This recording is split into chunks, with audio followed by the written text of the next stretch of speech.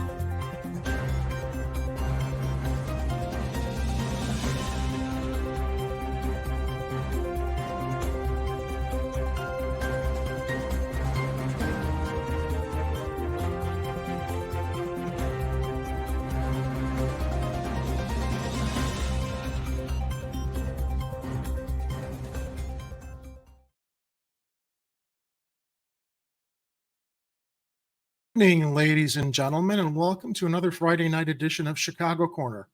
I am your host, Jerry Vasilatos, and we have some breaking news tonight. The Democratic Party has finally acknowledged that Senator Dianne Feinstein, is dead. I'm sorry, was that too soon?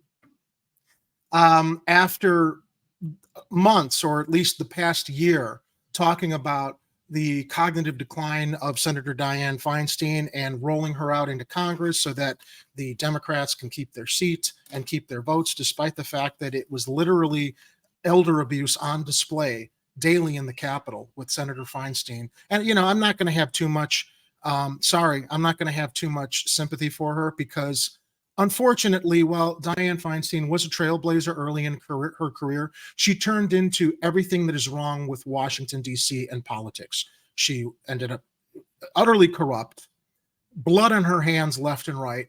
And I'm sorry, my condolences go out to her family.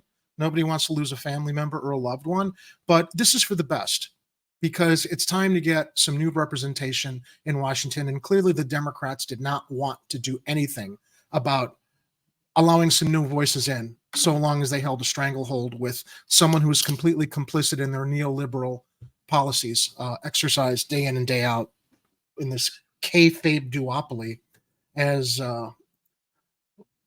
very appropriately described by my co-host and friend, Mr. Edward Heller. Ed. Chair recognizes the zombie corpse from the state of California. She's not stepping down. No, well, before we get into all that, okay, let's not step on my jokes. That was one I posted earlier. Yeah. You know, we'll get into that whole angle of it. I want to remind people why I have no sympathy or respect for Dianne Feinstein in this I think very well shared video that came from social media from years ago, where kids very, very concerned about climate change went to meet their elected representative, who no longer has to deal with the possible horrors of climate change when these kids grow up, because she's gone now. And as far as she was concerned, her alliances to the fossil fuel industries and denying the fact that there is a crisis for younger generations on the horizon that we're not going to have to be around to deal with, and leaving them with the mess. Let's share why I have utter contempt for Dianne Feinstein. Let me see. We tested the video before the show started, so hopefully it will open up properly. I'm sure a lot of our viewers are probably already familiar with this video,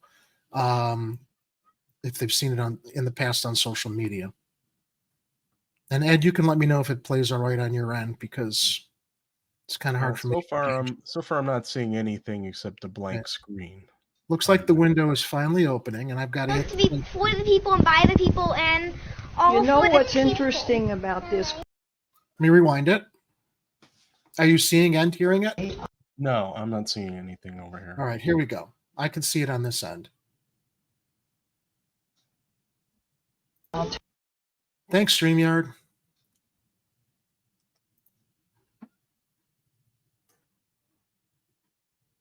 You want me to try to play it from my end? Yeah, hit the play button. You got a link on there? Or I get No, you're not seeing the video loaded? Oh, I see the play controls. Hold on a second. Yeah, Let me see if I can get it to play.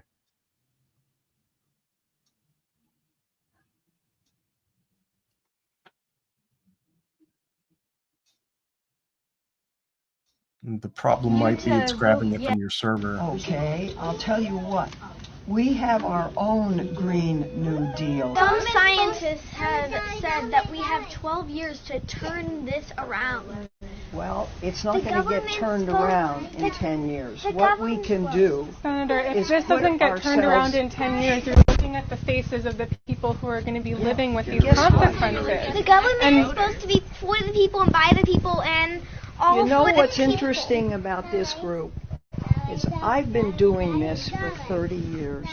I know what I'm doing. No, you don't. Come in here. No, you don't. And you say it has to be my way or the highway. I don't respond to that. Really? No, I've gotten elected. I'm hitting the pause I just button here. ran. Let's see if it'll stop for me. Good riddance, bitch. She doesn't respond to that, Jerry. She responds to big fat checks from corporations. The contempt she has for these young people is exactly what's wrong with most of the octogenarians, November-genarians, December-genarians currently on Capitol Hill. They don't give a fuck. They don't give a fuck about us, a couple generations behind them, or these young kids who are facing the crisis of climate change and a whole litany of disasters ahead of them because of old, corrupt crones like this one, who just gripped power, you know, like they were clinging to the edge of a cliff instead of just letting go and leaving. So let's continue it. This is why, you know, you see all the Democrats on social media today. Oh, we had respect for her, the trailblazer. No. Yeah, maybe early in her career. This is her legacy.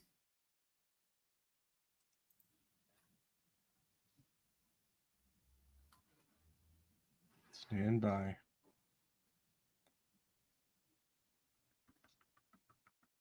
Yeah. I was elected by almost 1 million vote plurality.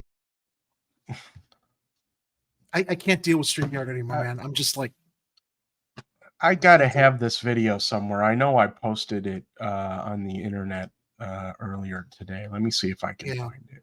I know elected by almost 1 million vote plurality. Hold on a second. I'm going to hit play again, so don't touch the buttons. I'm not touching. And I know what I'm doing. So, you know, maybe people should listen a little bit. I hear what you're saying, but we're the people who voted you. You're supposed to listen to us. That's your How old are you? job. How old I'm are 16. you? I Well, can't you didn't vote for me. Well, I'm 24. It doesn't matter. We're the ones who's going to be Words mean impacted. something. It doesn't matter. We're going to be the ones who's all impacted.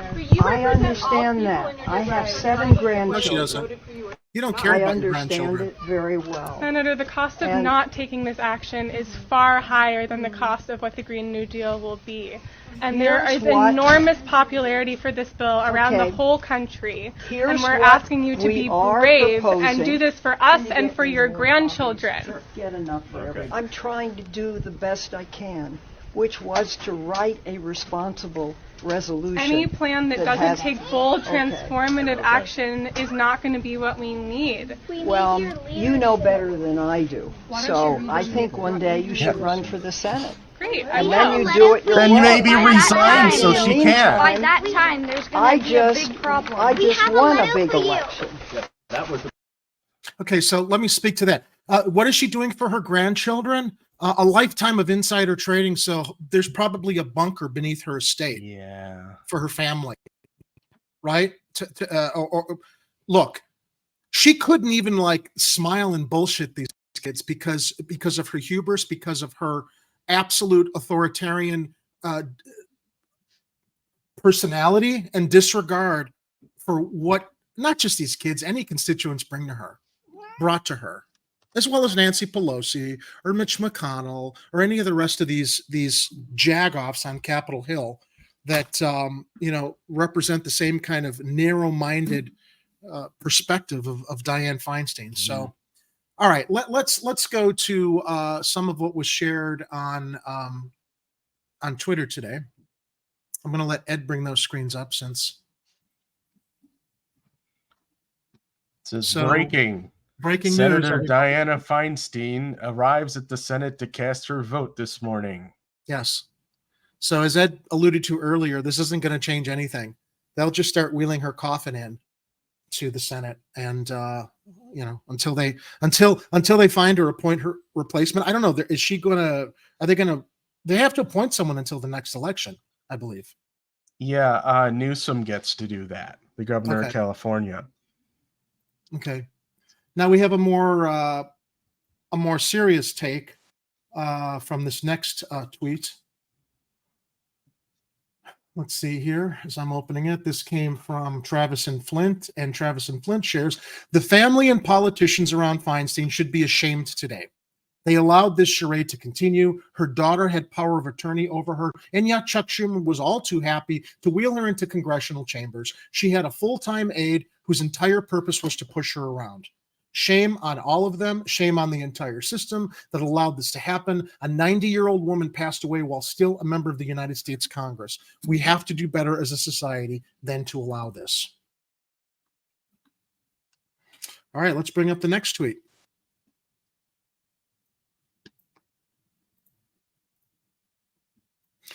Here's Senator Feinstein reelected in 2024 when she returns to the Senate.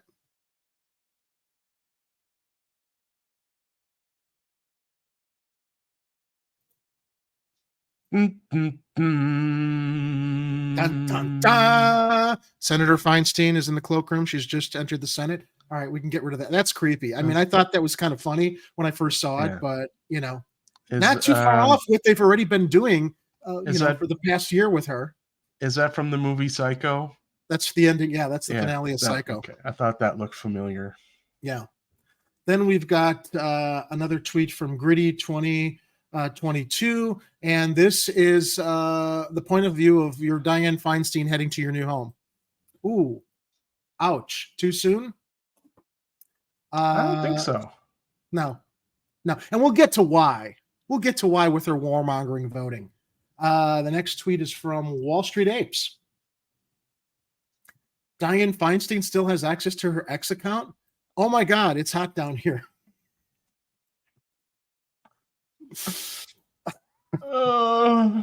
Yeah, I know. There's a ton of them. Yeah, I selected now. I selected what I thought were the best ones.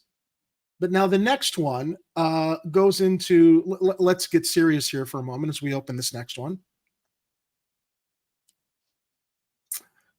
Here we go. Where Mint Press News, while corporate media remember Dianne Feinstein fondly today, others around the world will remember her for her support for endless wars.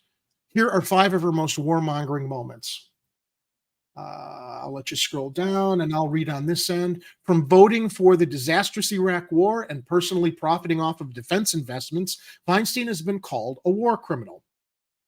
Her role on the Intelligence Committee and attacks against Edward Snowden only enabled the national security state. She blocked peace in Yemen, sent arms to Ukraine, attacked Edward Snowden. She doesn't look at Edward Snowden as being a whistleblower. She thought it was an act of treason. He violated the oath. He violated the law of basically exposing war crimes committed by our country. I think that's everything that Mint Press had to share. Oh, that was all they had. Yeah. I think it was. Yeah. Okay. Voting for the Iraq war, beginning a conflict that has killed, and let me open up the second frame over here. beginning a conflict that has killed and displaced millions. Actually, I was in the tweet previous, but Oh, okay. that's all right. Oh, that's where. Okay, sorry. Yeah.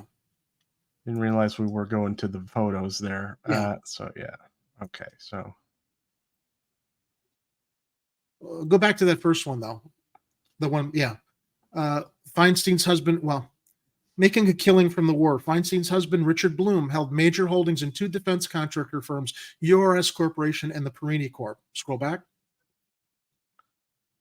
oh, to Just start on the first one. Let's just start and go across. No. sorry, it Okay. gave me 3 photos and I Okay. didn't realize. She voted for the Iraq War in 2002. Feinstein was in the minority of Democrats who fully supported President Bush's Iraq War resolution. I'm sorry, Ed. I get just frustrated by all the tech glitches. It's not your fault.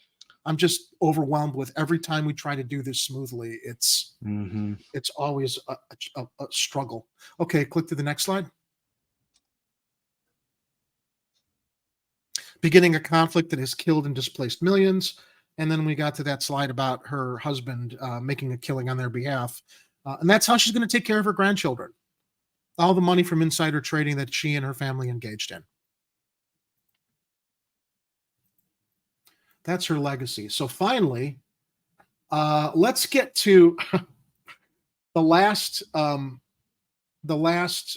reference to Feinstein that I actually saw this before you shared it on Slack. But, you know, again, just representative of just how awful she was. This comes from the Wrap. Another, you know, best of Feinstein story. Night Stalker. How Dianne Feinstein jeopardized the search for serial killer Richard Ramirez. The then senator of San Francisco made a huge mistake during a press conference following a Bay Area murder. In Netflix's Night Stalker docuseries, investigators tried to find and apprehend Richard Ramirez, a serial killer who terrorized the LA streets in the 1980s. And while they were on his tail, one political figure unknowingly tipped the killer off and almost derailed the entire investigation. Ramirez, first known as the walk-in killer, invaded homes, murdering and sexually assaulting the residents from June of 1984 to August of 1985. He used a wide variety of weapons and would leave behind satanic symbols. When Ramirez killed the accountant Peter Pan in his San Francisco home in 1985, and my screen is frozen. Can you scroll down? Evidence of the crime made it all the way up to then Mayor Dianne Feinstein, which would be a tipping point in the investigation. Holding a news conference, she held up a police sketch of the killer and also went on to describe the evidence from all the cases throughout the state.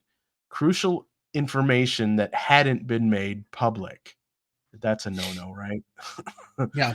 And by then, investigators knew Ramirez was watching the news because he told a surviving victim, "I am the Night Stalker." Oops. Feinstein gave up the caliber of gun, his type of shoe, and the fact that he left footprints. What was she thinking? I mean, was this to make it look like they were doing well by having all this information? You don't go spill it that much information to the press.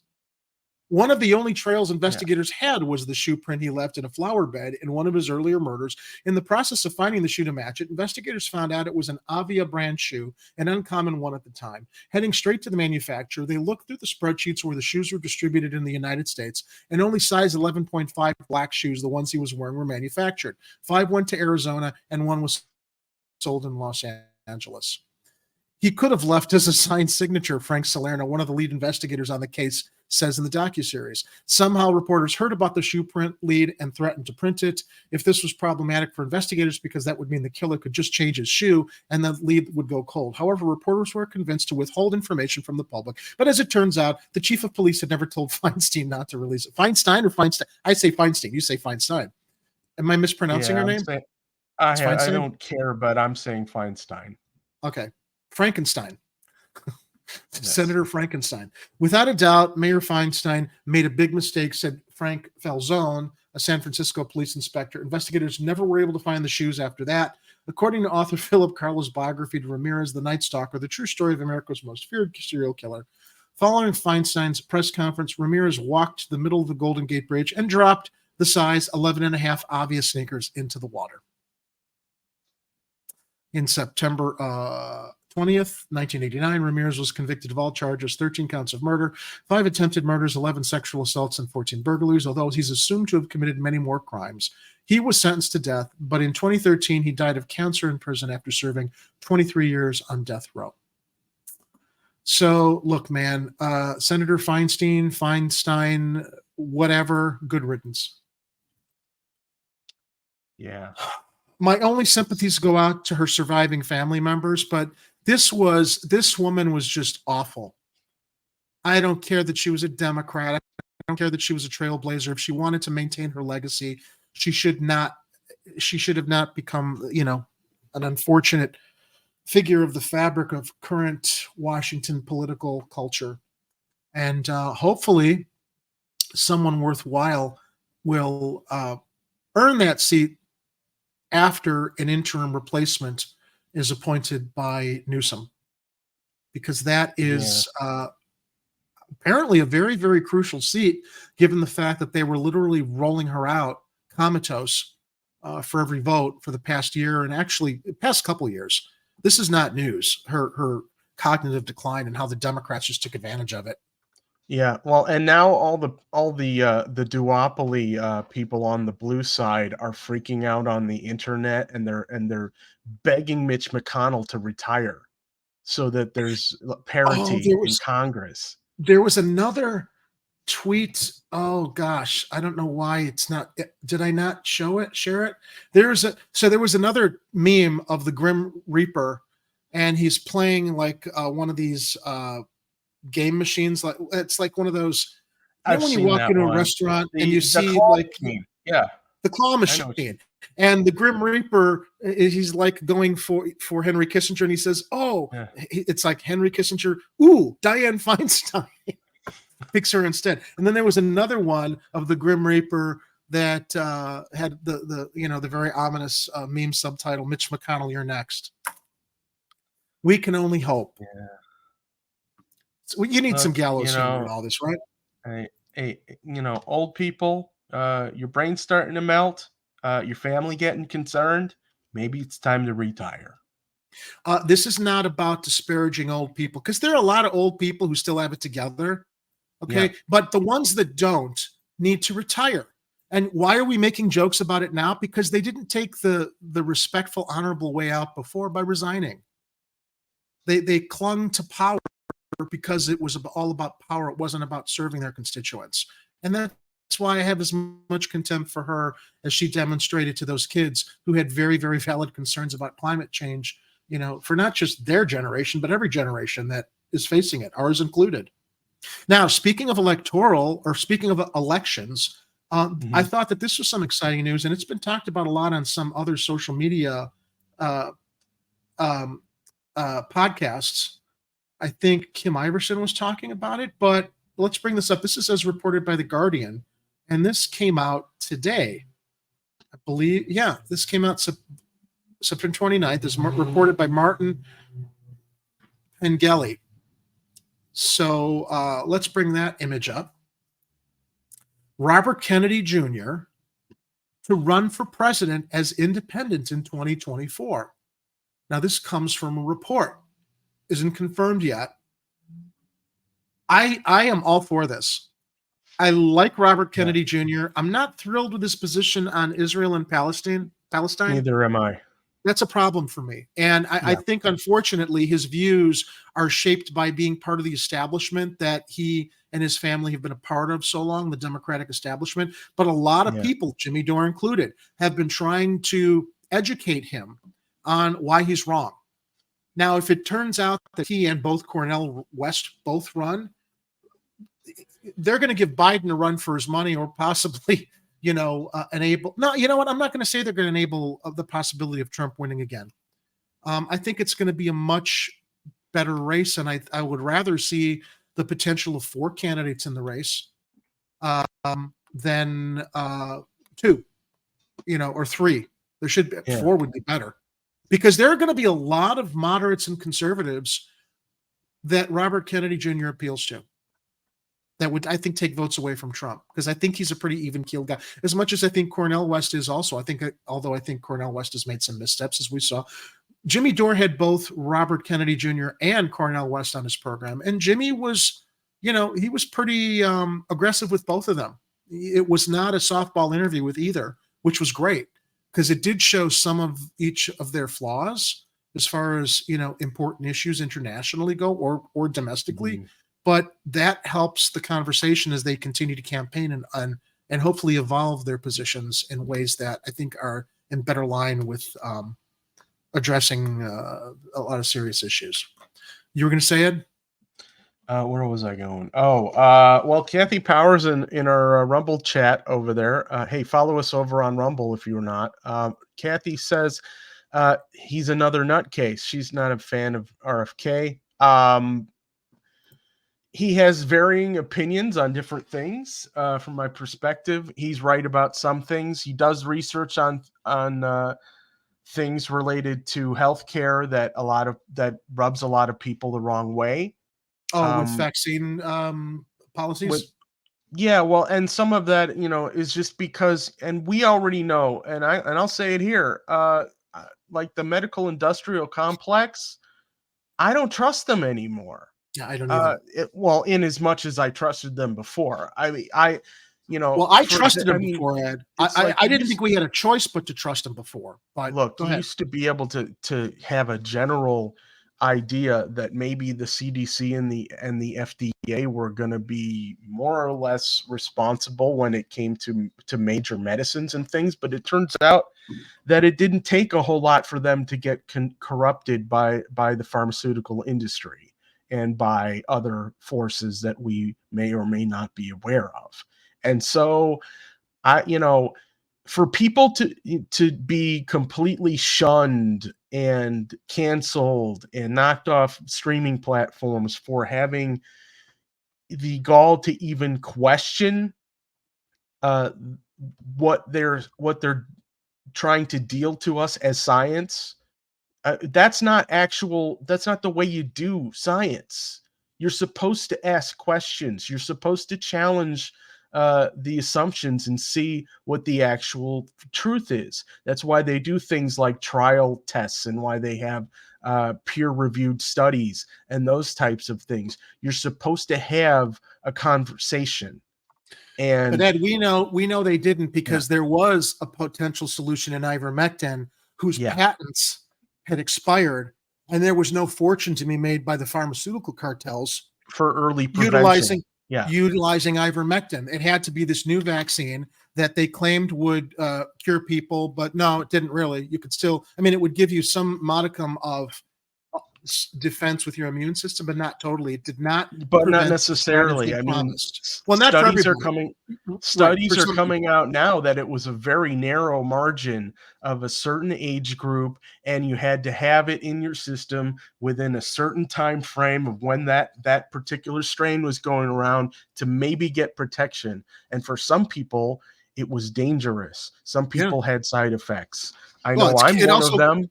It killed a lot of people. Yeah. It killed a lot of people as well. This virus, this pandemic was most fatal to those who have pre-existing autoimmune issues or comorbidities related to obesity and other health problems.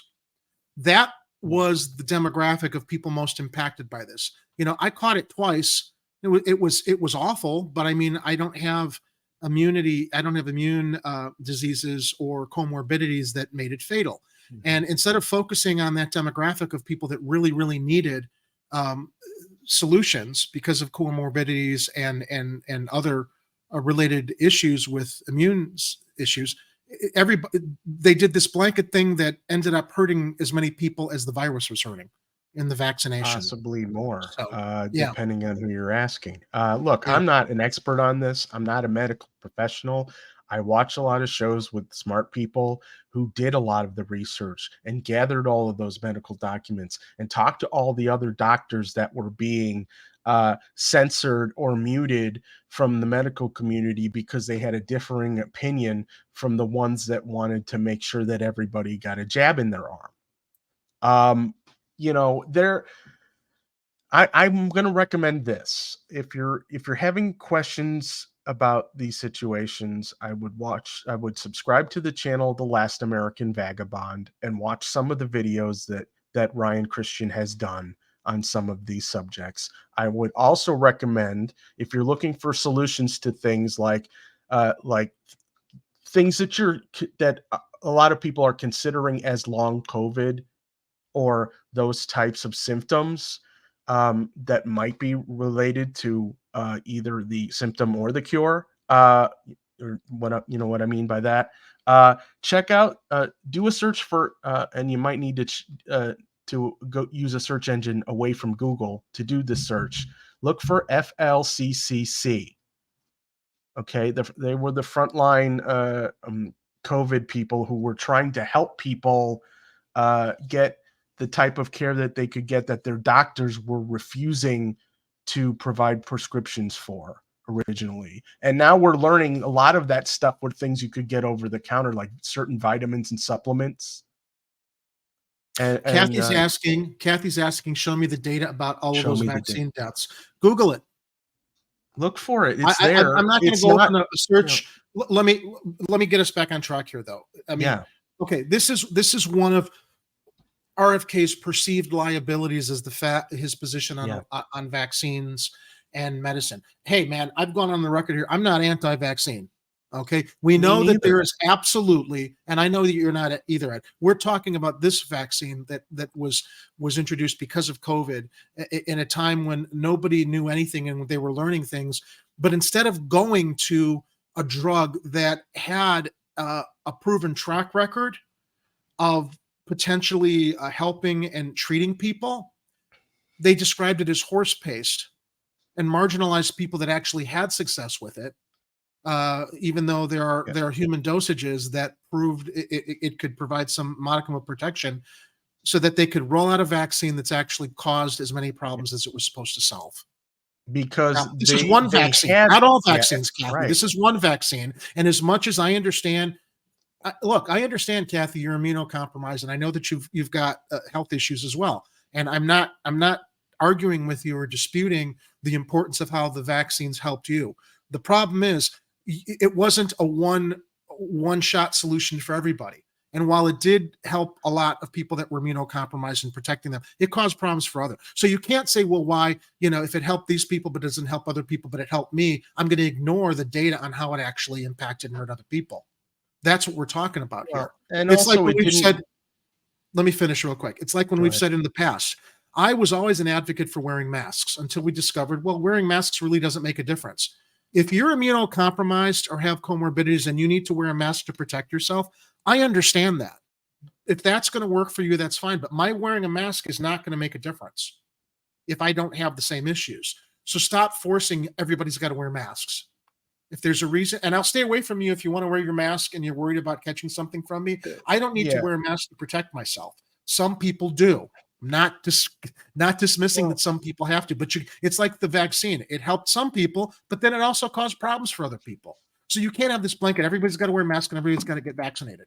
I'm actually skeptical, Jerry, that it helped anybody. And I have the right to be skeptical on that because of some of the information I've seen on shows like The Last American Vagabond, when they've talked about how it really didn't prevent the spread. In fact, regardless of whether you got a stick in the arm or not, they had this thing called shedding. You'll want to look up shedding. Okay. You'll see that there are certain things that people got whether they wanted it or not. So we're now in a world where it's endemic. It's not gonna be another pandemic. It's already here. And from what I'm told, the variants that exist now are just more contagious, but less dangerous, as a lot of viruses end up being. But you have to learn how to boost your immune systems, like you always should have learned how to boost your immune systems, but it's been more important to do it now. I want to get this back these were engineered. I want to get this back to RFK because let's get very important points, Ed. Yeah. Absolutely, but I know we're going to spend way too much time on Yeah. this because it's related to him. And Kathy, to your point, whatever you want to find, you will find it. Maybe I will, and maybe you will too. Everybody does. So, but as we get back to RFK and why that's a perceived liability in his candidacy, the Guardian reports Robert F. Kennedy Jr. is reported to be ending his challenge to Joe Biden for the Democratic presidential nomination and run instead as an independent candidate in a move that could upset the 2024 race for the White House. Could, I hope it does. This comes because they are subverting the Democratic primary process to keep him out because they know he's a threat. Kennedy, 69, and a scion of a famous political dynasty, a son of the former U.S. Attorney General and New York Senator Robert F. Kennedy, and a nephew of the former President John F. Kennedy, will announce his run in Pennsylvania on October 9th, according to Mediaite. Bobby feels that the Democratic National Committee is changing the rules to exclude his candidacy, so an independent run is the only way to go, the website quoted a Kennedy campaign insider saying. And we know why that is, because he's not going to continue participating in the circus that the neoliberal Democratic DNC-led establishment oligarchy is going to continue. This is why they want to keep Biden on his marionette strings, because there are others behind the scenes controlling things, not the president. And obviously, the president has got a cabinet, he's got other people around him, but ultimately the president is the one who's supposed to make the final decisions. This isn't what Joe Biden's doing. We know this. He's a figurehead. He is Dianne Feinstein in the executive branch. That's what Joe Biden is, until he either shuffles off the mortal coil naturally, or they primary him and then at the convention say, well, something came up, so now we're going to put in Newsom or somebody else, and further subvert the electoral democratic process with the primaries. Go ahead, Ed.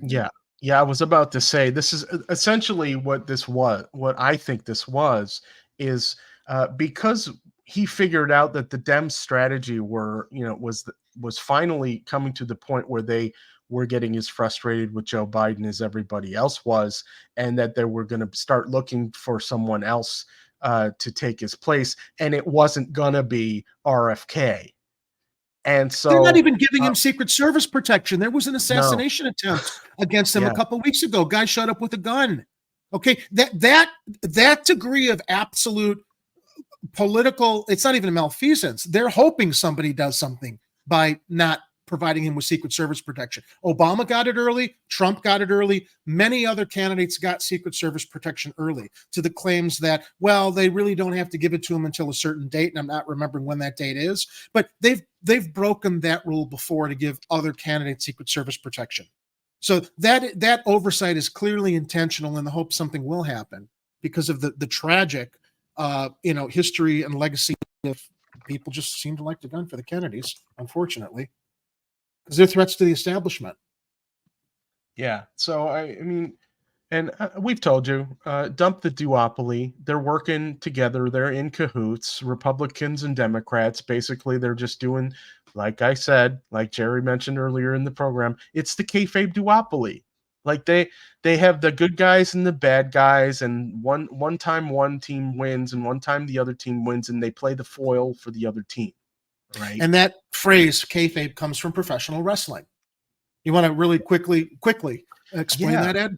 So essentially, like wrestlers in, for example, the WWE, when those wrestlers are performing on television or in the ring, whatever, they're putting on a persona. They're a character, putting on a persona, and basically performing essentially a soap opera, right? It's a play. There's the good guys and the bad guys, and when they're out in public, they're still doing it. They're still doing the kayfabe. They're still performing as their character in wrestling, and that's what these politicians do. They go out to see their constituents. They go talk to their donors. Maybe if a donor gives them enough money, they'll actually learn what they really think about things. But mostly, they're just fake.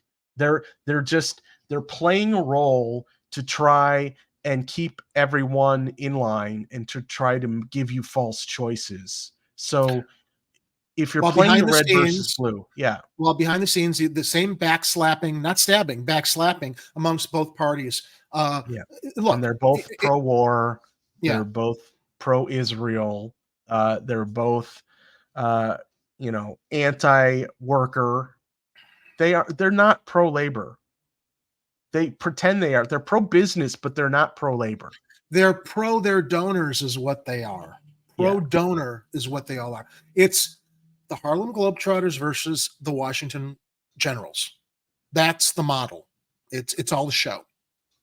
Getting back to the article, so this is coming from a Kennedy campaign insider, stating that this will be announced October 9th. Whether Kennedy, Cornel West, the Green Party pick, or a national nominee backed by no labels, a supposedly centrist group, a third-party candidate is widely seen to be likely to appeal more support from Biden than the likely Republican nominee, Donald Trump, thereby potentially handing the presidency to the Republican. You know what I'd like to see in the last minute, though, Ed? I'd like to see RFK with Cornel West as a vice president. That would be with the intention of I'm not saying that Dr. West is not qualified when I want to use the word grooming, but you want to talk about a powerhouse ticket, Kennedy leading and then continuing his legacy, as well as Dr. Cornel West, integrating his legacy. That I think would solve the problem longer term if they teamed up, because by both of them running, I think they'd be taking votes away from each other. When together, they could beat both Trump and Biden, is what I think. RFK released a video earlier today. It's about 2 minutes and 20 seconds. If you want to watch that after we're done. Let me wrap up some of this editorial from The Guardian. Kennedy is an attorney who made his name as an environmental campaigner before achieving notoriety, as we spoke earlier, as a prominent vaccine skeptic, particularly over COVID-19. His campaign has been rife with controversy, not least in a podcast interview released this week in which he repeated a conspiracy theory about the 9/11 attacks on New York. I don't think there's any conspiracy theory there. I think, no pun intended, where there's smoke, there's fire. Oh, he's look, conspiracy theory. This is the guy whose father and uncle were both killed by our own government. And, that was covered up as a conspiracy theory. Ed, buy me some time here. I got to go grab the door real quick. Okay. No problem. So I guess we're talking about 9/11 for a second here. There's a lot of people questioning how Building 7 came down. I don't have enough information. I didn't really look too much into it, but a lot of people feel like it was a coincidence that one went down at the same time as the towers. And some people are suggesting that it could be because of maybe something in that building had evidence that people wanted to destroy, related to Wall Street or the CIA, or possibly both. That's it. That's my Cliff Notes version in a nutshell. I'm sure other channels will have gone super deep on that conspiracy. Whether or not it's true, I would not be able to tell you. But some people think that some cover-ups are happening, and I wouldn't be shocked at all, because we're seeing all kinds of cover-ups that appear to be happening, especially related to Wall Street. We know that some mysterious warehouse fire out in Bartlett, Illinois happened a little while back, that had documents, Wall Street related documents from Citadel and other hedge fund companies. So would not shock me in the least that something hinky went down on 9/11. Sorry, I had to take a break to buzz my dinner up, which I'll probably be eating after 11 o'clock, but they close at 10, so I had to order it early. I'm sorry.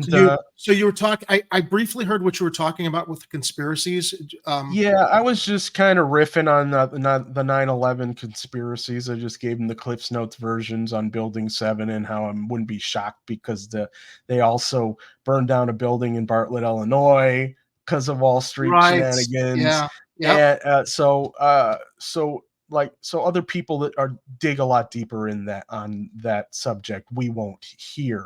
But there's plenty of channels. By the way, at some point in the show, I want to just bring the Rumble up on the screen so I can show people some of the other channels I'm subscribed to, because I know if you've just joined the Rumble channel, and please, if you haven't yet, follow us on Rumble. Go to rumble.com and find Chicago Corner TV. It's free to sign up for this thing. There's plenty of live videos to go around. It's similar to the way YouTube goes. It has a live chat itself. There's a lot of people on one end of the political spectrum streaming there right now because a lot of them left YouTube because of the obvious censorship that's happening there. But it's starting to balance out a little bit with more streamers of all different political spectrums, including us. And so there were some channels I'm following that also went over. Some of them went over earlier than we did. And I wanted to highlight those so that you could find some other voices that might be on Rumble that you might not be seeing within the noise of all the channels currently being highlighted over there. So, well, let's say I definitely want to do that. Let's save that share towards the end of the show. Yeah. So getting back to, it's controversial. He repeated conspiracy theories about the 9/11 attacks on New York. We as a country have been living with being lied to daily, whether it was his uncle being assassinated, whether it's in regards to his father being assassinated, whether it has to do with UAP disclosures, whether it has to do with what we were just talking about with cover-ups regarding COVID having probably been created in a laboratory as a gain-of-function research project that some idiot walked out of the lab without decontaminating properly, and no one's going to be held accountable for that, or the millions of deaths, because illegal gain-of-function research was being performed. I think that there's nothing wrong with conspiracy theories. The point is to get to the truth, because we know we've been lied to, and we're probably more prone to running towards conspiracy theories because we've been lied to so much. I'm not saying all conspiracy theories have weight, but stop dismissing them as tinfoil hat theories and crazy people, because I think that the greatest example of how the idea of conspiracy theories has been misused to basically keep a lid on something has been in the UFO and UAP disclosure news that we've been talking about here over the past 3 or 4 months. Clearly, something has been hidden since the end of World War II. And it's been hidden because of reverse technology engineering that could possibly have benefited society, that the macroeconomic element of our culture, our world, wants to keep suppressed, so that fossil fuel industries and every other industry that's gaining from the primitive technology, and I'm going to call them primitive because we could be in other places.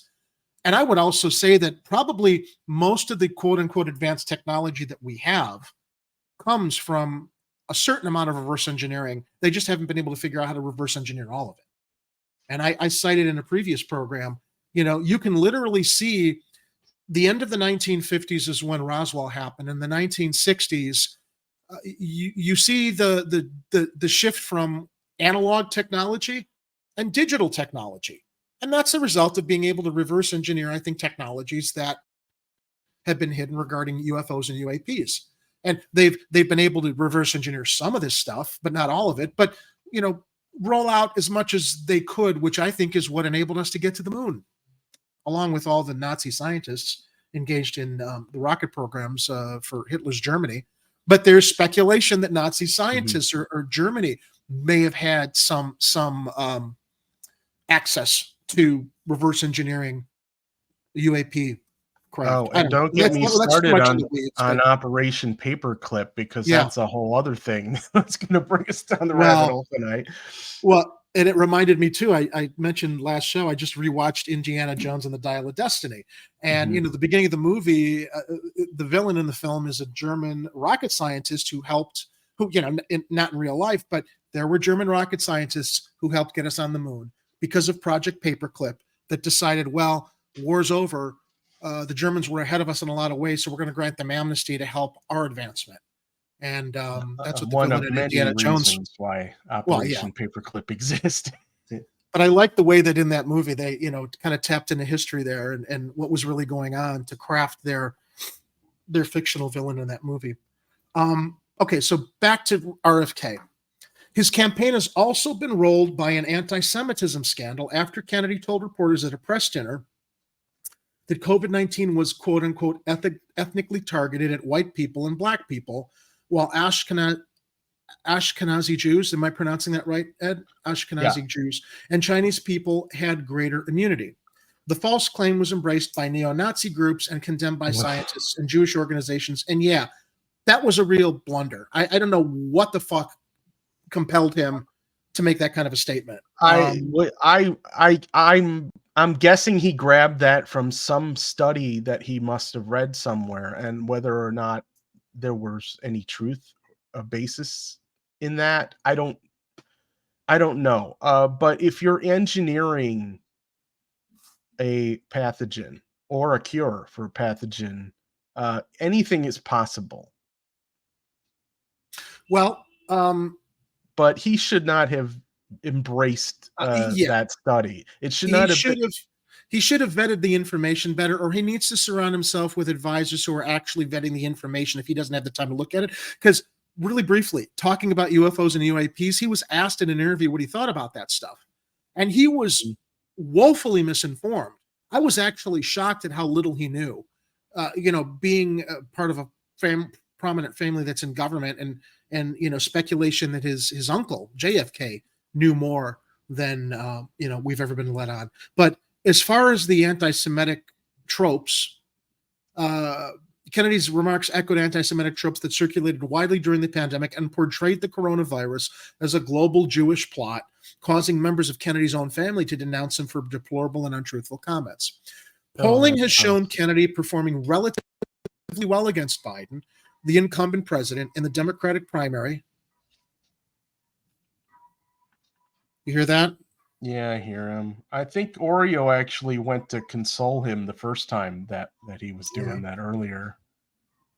That's my senior Sylvester in cognitive decline. He's got feline dementia, and he makes that noise when he's disoriented. He's not in pain. It's just he doesn't know what's going on. I was looking at some old videos of Sylvester, Ed, on my phone when he was playful and rambunctious, and it's just, there's a complete change in his personality that it just breaks my heart. I have some relief in knowing he's not in pain, but knowing that your pet, your animal, your family member, is dealing with that kind of, what do they call it? Disorientation. Yeah. And you can't do anything about it. And in the beginning, I hear him make that noise, and I was worried he was in pain, and it would drive me crazy. Now, when he does it, I just have to kind of grit my teeth and know, okay, I just have to live with hearing that. It doesn't bother me. It just makes me sad. But anyway, it was very, very loud. That's why I mentioned, I wondered if you guys heard it and explaining what that was. All right. So polling has shown Kennedy performing relatively well against Biden, the incumbent president, in the Democratic primary, but not close to posing a serious threat. However, Biden aides are reportedly nervous, and they should be, about the possible impact of third-party candidates in a likely presidential election matchup with Trump. I don't know, man. I can't imagine that Democrats don't. There are some Democrats that don't want to vote for Biden, but feel that they're being held hostage to, that wouldn't jump into Kennedy or Dr. West's camp in ways that could, I think, also prevent Trump from winning a re-election or new election. We have a lot of difficulties and a lot of variables here because, for one, the DNC is not going to stop working with the media to smear its opponents. So regardless of whether Joe Biden actually makes it into the general election or they decide to go with someone else, there's going to be people gunning for every opposing candidate, especially the ones running independent or third party. So you're going to have a situation where a lot of people are going to be frustrated with Joe Biden and then flipping a coin on whether they want to dump the Democrats and vote for RFK, or if they go for Cornel West, if he's still a viable option, or whether they go, full tilt Trump. And honestly, I don't know. At this point, you're kind of gambling as to what's going to be worse here, because Trump's kind of a wild card too, although he's still a little bit of a tool of the establishment. It's just he's harder to control than Joe Biden is. Yeah. And so, we've got, it's going to be a mess. It's going to be a clown car situation here.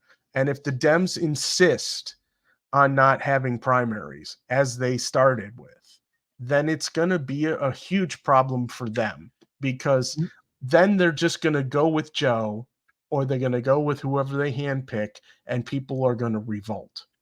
What just happened with Feinstein is an example of exactly what can happen before the election, or if they decide to run him and he drops dead. Then they can put in whoever they want. And more people should be looking at that in regards to it. Voting for Biden will be a wasted vote one way or the other, because if they vote for him and he gets in and he drops dead, their vote was for nothing, because then anybody can be appointed. Or, the whole subversion process during this primary period also should be cause for people to say, if you're not going to allow RFK to run as a Democrat, I'm not playing your game. I'll vote for him as an independent. Polling shows what. Go ahead. It's going to be interesting television if Biden decides to stay president but not run for re-election, because they might go with Kamala Harris to in run the election, with him. or let him run, win, die, and then I think that Democrats know that even though Kamala Harris thinks that she's been anointed, I don't think behind the scenes they're going to let that happen. I don't think that she's been manipulated as much as he is. Yeah, because early on, she was supposed to be the successor to Hillary. They were grooming her to be the next Hillary, right? And then what happened was she just did a face plant in a primary, and she couldn't win one delegate. Couldn't win one delegate. Right. 0 delegates. And then drops out, fails upwards. Right. And then in her position as vice president, she's just shown herself to be completely unelectable, I would say. She's a joke, Ed. Listening to her speak, word salad. So really quickly, when she speaks, she's the kid in high school that everyone's assigned homework to, and she doesn't do the homework, but she gets up there and she talks and she talks and she talks to fill time, and she makes no sense because she hasn't done the homework and she doesn't know what the fuck she's talking about. Yeah. So it's going to be weird, because if Joe decides he's going to step down before the election, then Kamala Harris becomes president, and then she's not, and they don't want her to run. That'll be weird. That's going to be a real sticky situation, because what she's going to pivot to, misogyny and racism. She's not. That's easy. Her race and her gender have nothing to do with her qualifications. She does not have the qualifications, despite the fact she said in many interviews she thinks in her mind, her qualifications are she's surrounded by her fellow DNC oligarchs, that she's part of a team.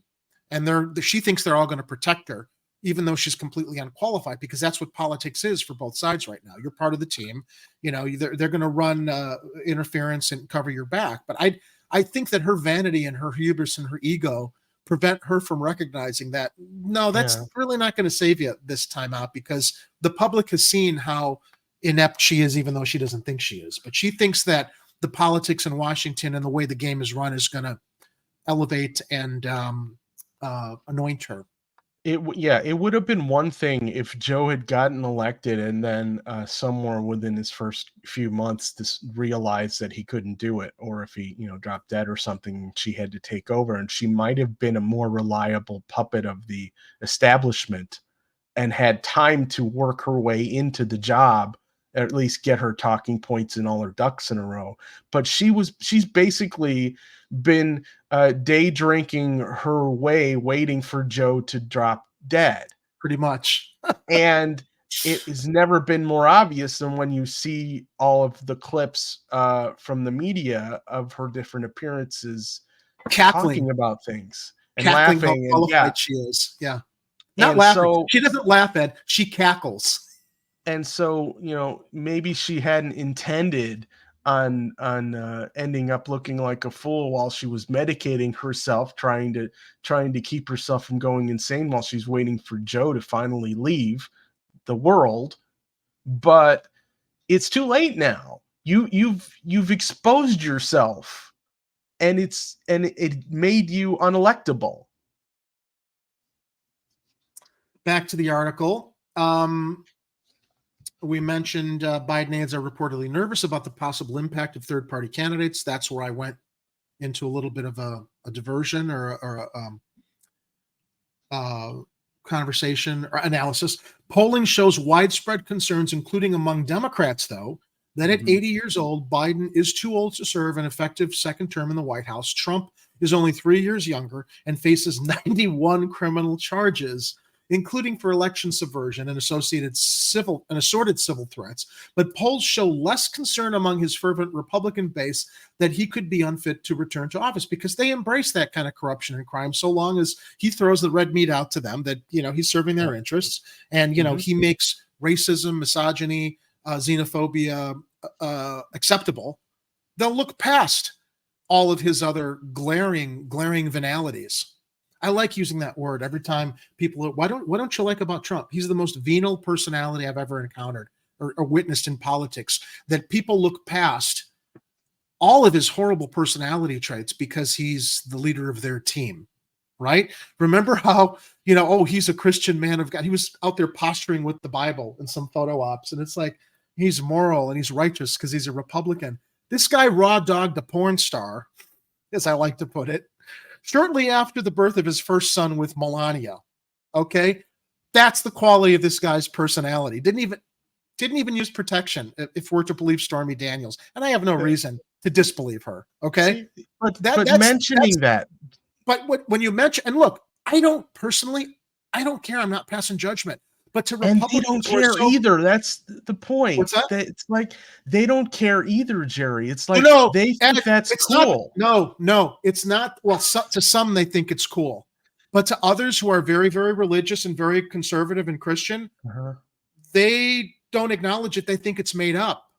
They ignore it because he appeals to the other things that are important to them, which is putting up fences against people of color, brown people from south of the border, because they worship the concept of the American dream and getting obscenely rich because that's what he did. And they think that they can do the same thing. And he's going to protect them with his policies to enable that for small businesses or for any of his voter base. They look some people think it's cool he did that stuff on the Republican side, but others they're wearing blinders. Yeah, there are levels of confirmation bias that people on, Team Red or Team Blue will have. And so they will overlook things that you bring up, even if they're true, even if they're provable. Because it's like they don't want to hear it because it hurts their brain to hear things that go against things that they believed or once believed. It's hard for people to come to certain realizations when it completely confronts their regular belief system and their normal way of thinking and operating in the world. So, and I've talked about this before. It's like nobody can be told what the Matrix is. You have to experience it for yourself. So some people have to come to realizations on their own. All we can do is show them the door. We can show them the stories. We can explain to them what we think, but you're either going to believe it or not. Here's an interesting tidbit. Right-wing figures, prominent among them Steve Bannon, formerly Trump's White House strategist, have encouraged Kennedy to run against Biden or as an independent.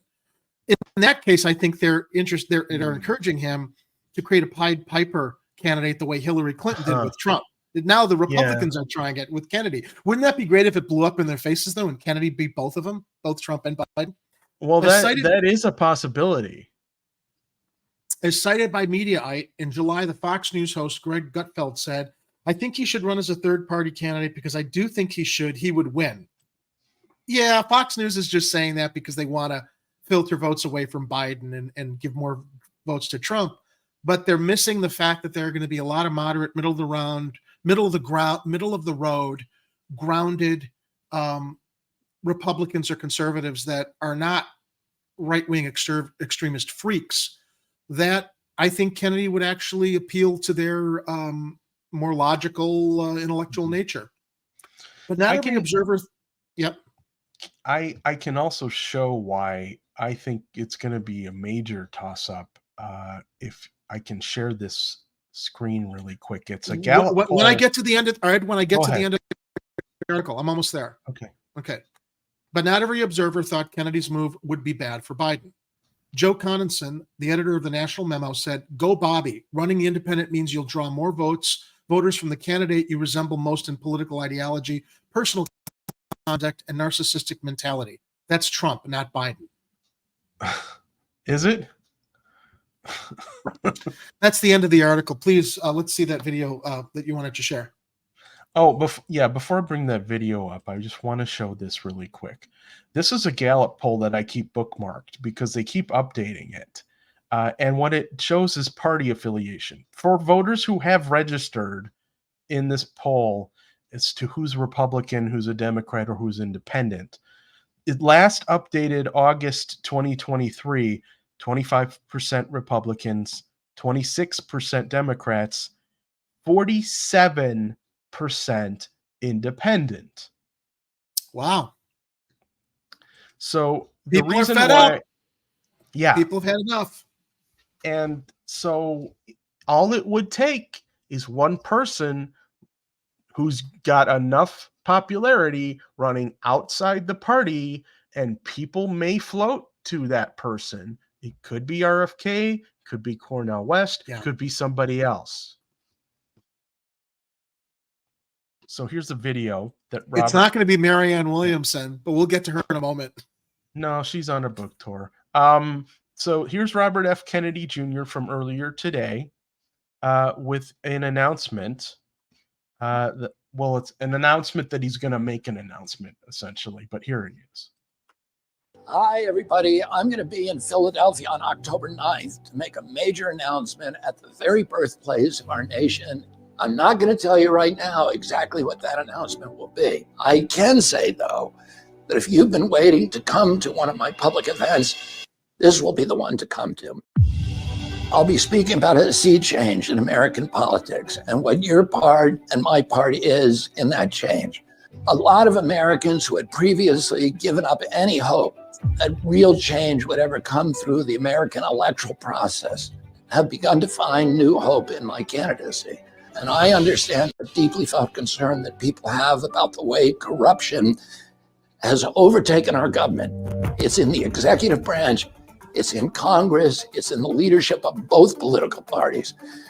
And so some people feel a kind of cynicism alongside the hope, or they lose hope entirely because they've been disappointed so many times.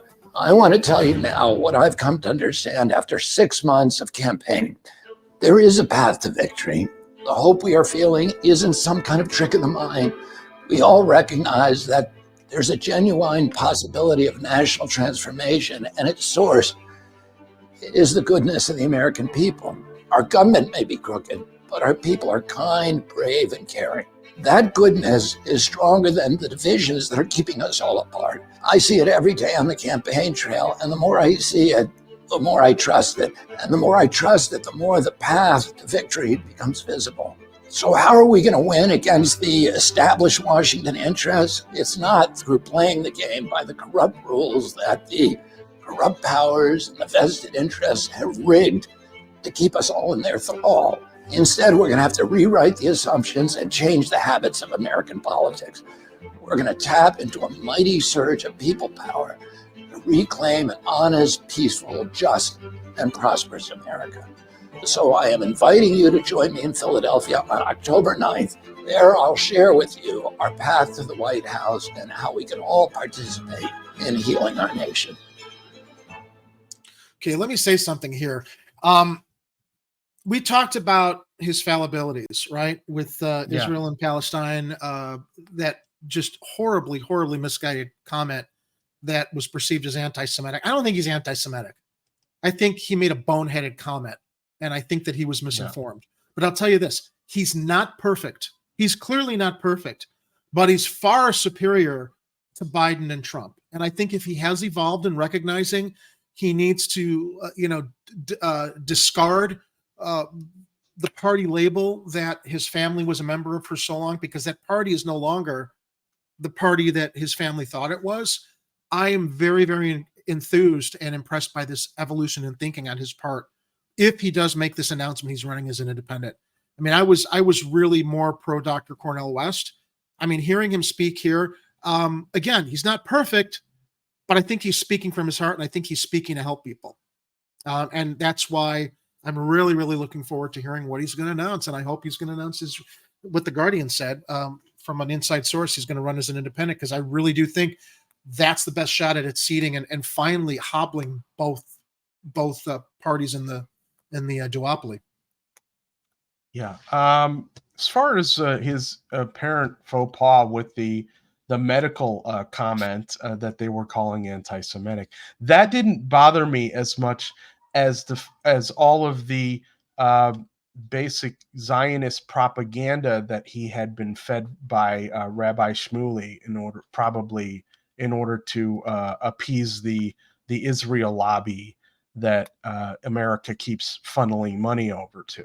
Yeah. That's the problem I and a lot of people on the left have with him. And so I'm still going to hesitate if he, even if he seems to be the most viable option, I may still leave the top of the ballot blank. It's interesting too, as you mentioned America's relationship with Israel. Hey man, we've given as much money to Israel as we're pouring into Ukraine.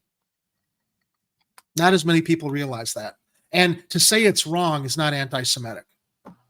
We're pouring money into Israel because they support our empire in the Middle East. That's what that's all about. That's an alliance of convenience. Because you know what, Ed, I'll say this. I think we both know there are a lot of anti-Semitic people in government and politics who probably behind closed doors make all the horrible comments about Jews, make the anti-Semitic jokes, probably have complete disregard for Jewish people. But, so long as Israel is representing our interests in the Middle East, we'll keep giving them that money. They'll keep giving them that money as much as they're giving money to Ukraine in the NATO proxy war. So. Yeah, well, I'm pretty anti-war right now. So anybody who's running for president right now who's pro-war, I'm gonna have a problem with that. Let's head over to our live chats. We haven't really been able to acknowledge a lot of the comments because we've been so involved in reading the stories. But I want to welcome everyone who's joined us tonight, especially over on Rumble. Thank you for transitioning over to our new exclusive live streaming platform. We had Uncle Warren in the beginning, Extra Bulla. Art, thank you for joining us, Art. And of course, Kathy Powers. And I'm not sure who else might be watching right now. They're not is engaged in the live chat. Kathy mentions in regards to RFK, he has charisma. Kathy, you say cackling is cool, mansplaining is not. I'm not sure. Are we mansplaining tonight? Or is she talking about somebody else? I hope she's talking about somebody else, because I don't think I'm mansplaining. Look, I've got opinions on stuff, and they come based in personal experiences and other things that I've researched. And so if people aren't ready to hear those truths, I don't know what to tell you. I mean, you can keep burying your heads in the sand, or you can join us in the light of Chicago Corner. Perhaps, Kathy, you took my comment regarding Kamala cackling as having something to do with her gender. That was not my intention. Okay, no. There are men that cackle. I've heard men cackle. I can't think of one off the top of my head right now, but that was not a gender-based, admonishment regarding her. So I hope that that's not where you're, interpreting my comment that she was cackling and not laughing as being a mansplaining thing, because it's not about gender to me. If you don't believe me, that's fine. I know it's not. I know where I'm coming from. Anyway. She does say, yeah, Kathy says he has charisma. Clearly he does. And I think a lot of that charisma resonates the truth of his character. And now she also said, how about Jamal for president? Okay. Is that a slam on the fact that I made a mistake there and misinterpreted his charisma for being qualified? I think she's just messing with us now. She's just, So Yeah, Art says Kathy, Kathy, a lot of us, she says I've been kind of down. I'm like, yeah, a lot of us have been. You got to find moments that are worth, picking you up, and occasionally you find those in people who are streaming idiots on television or a live stream. Well, I think that Ed will be able to support what I'm about to share with Kathy. I have been feeling kind of down all day long, and I didn't want to do the show tonight because I feel like, I got to come on and perform and dance around and entertain people. But despite the fact that I'm down and have all kinds of other things happening in my life right now, I'm like, no, there are people who want to see us. So I'm just going to put that aside and come on. So let's not be down, Kathy. Let's just all, distract ourselves with good conversation, sharing ideas, sharing thoughts as we comment on the trending news this week. Yeah, and there's plenty to yap about, and yeah, we're gonna rant a little from time to time.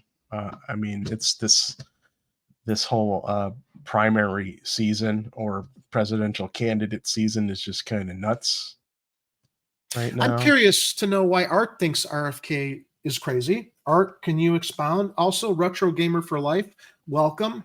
Kathy thinks Trump has charisma, not RFK. I think RFK has authentic charisma.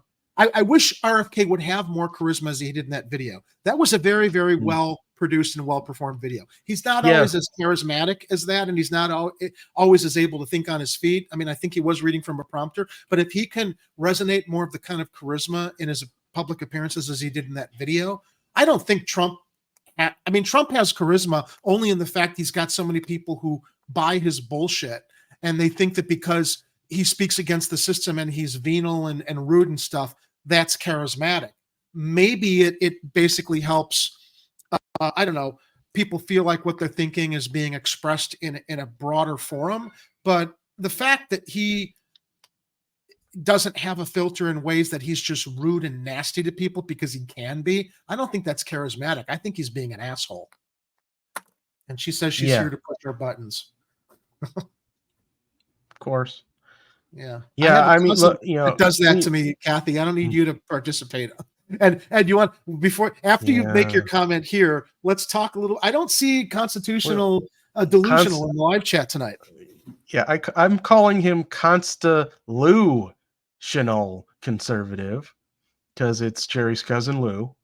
And yeah, he always pushes our buttons.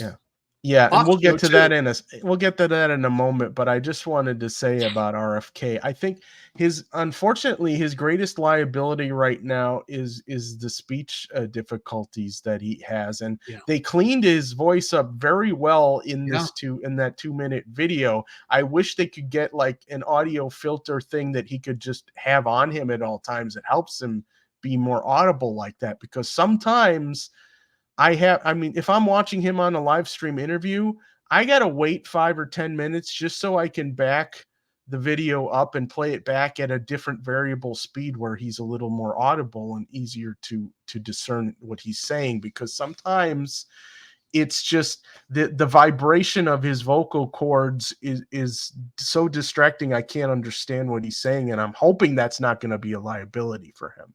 Well, I don't know if this is a comment to push our buttons, but Kathy says RFK is a man's candidate. Why? Why does the candidate have to appeal to a specific gender? I think he's everyone's candidate. So I'm really curious to know why you think he's a man's candidate. And if RFK is a man's candidate, who is a woman's candidate? I guess that would be Hillary Clinton or Kamala Harris. Okay. When people talk about we need to have more women in political office, yeah, we do, but not more warmongers who simply run on the foundation of their gender and act like because they're a woman, they're going to be different. They're not. They're all the same, unfortunately. I gave Tulsi Gabbard some room. I still have respect for Tulsi Gabbard, even though I'm finding myself disagreeing with her more on some things, specifically the way that she leans into religion and is basically pandering to religious people in regards to God and religion, all this stuff being affiliated with running America. It's not affiliated. There's a separation of church and state, and pandering to religion, to me, I think is a red flag that whether she believes it or not, Too many people are going to be marginalized if you're just leaning on religion and faith convictions as this foundation of your campaign. It sounds Kathy, like Kathy's having some having issues problems. with our stream. Yeah. I'm reloading my Rumble page just to see if I'm seeing any freezing happening over here, and I'm not seeing anything yet. But I mean, it's, you know, I was watching a different stream on Rumble earlier today, and it was locking up on me a couple times too. So maybe they're having server issues. Maybe a lot of people are watching Rumble right now, and they still need to make adjustments for all the people who are exodusing from YouTube to stream or watch people on Rumble. Well, I went to our go-to source today, Block Club Chicago, to curate some stories, and they were down. Yeah, I saw that. I found one link that I was able to open up because I searched something on Google, and it opened a Block Club Chicago page, but I clicked on the icon to go to the regular Block Club page, and it says, "Oh, there's a problem or something." So, Kathy, if we're frozen, it's not on our end; it's on your end.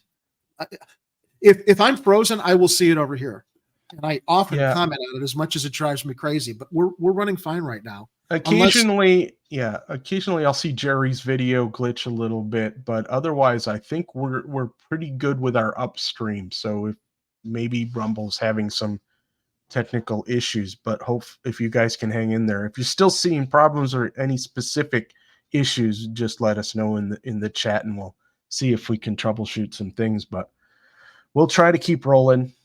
I'm looking at Rumble right now. We're not frozen. I'm looking at our page on Rumble where I see Kathy's chat saying we're frozen. And wait a minute. Are we?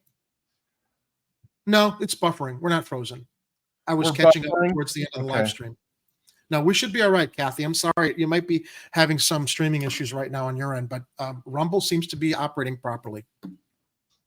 Well, it's fine on my desktop right now.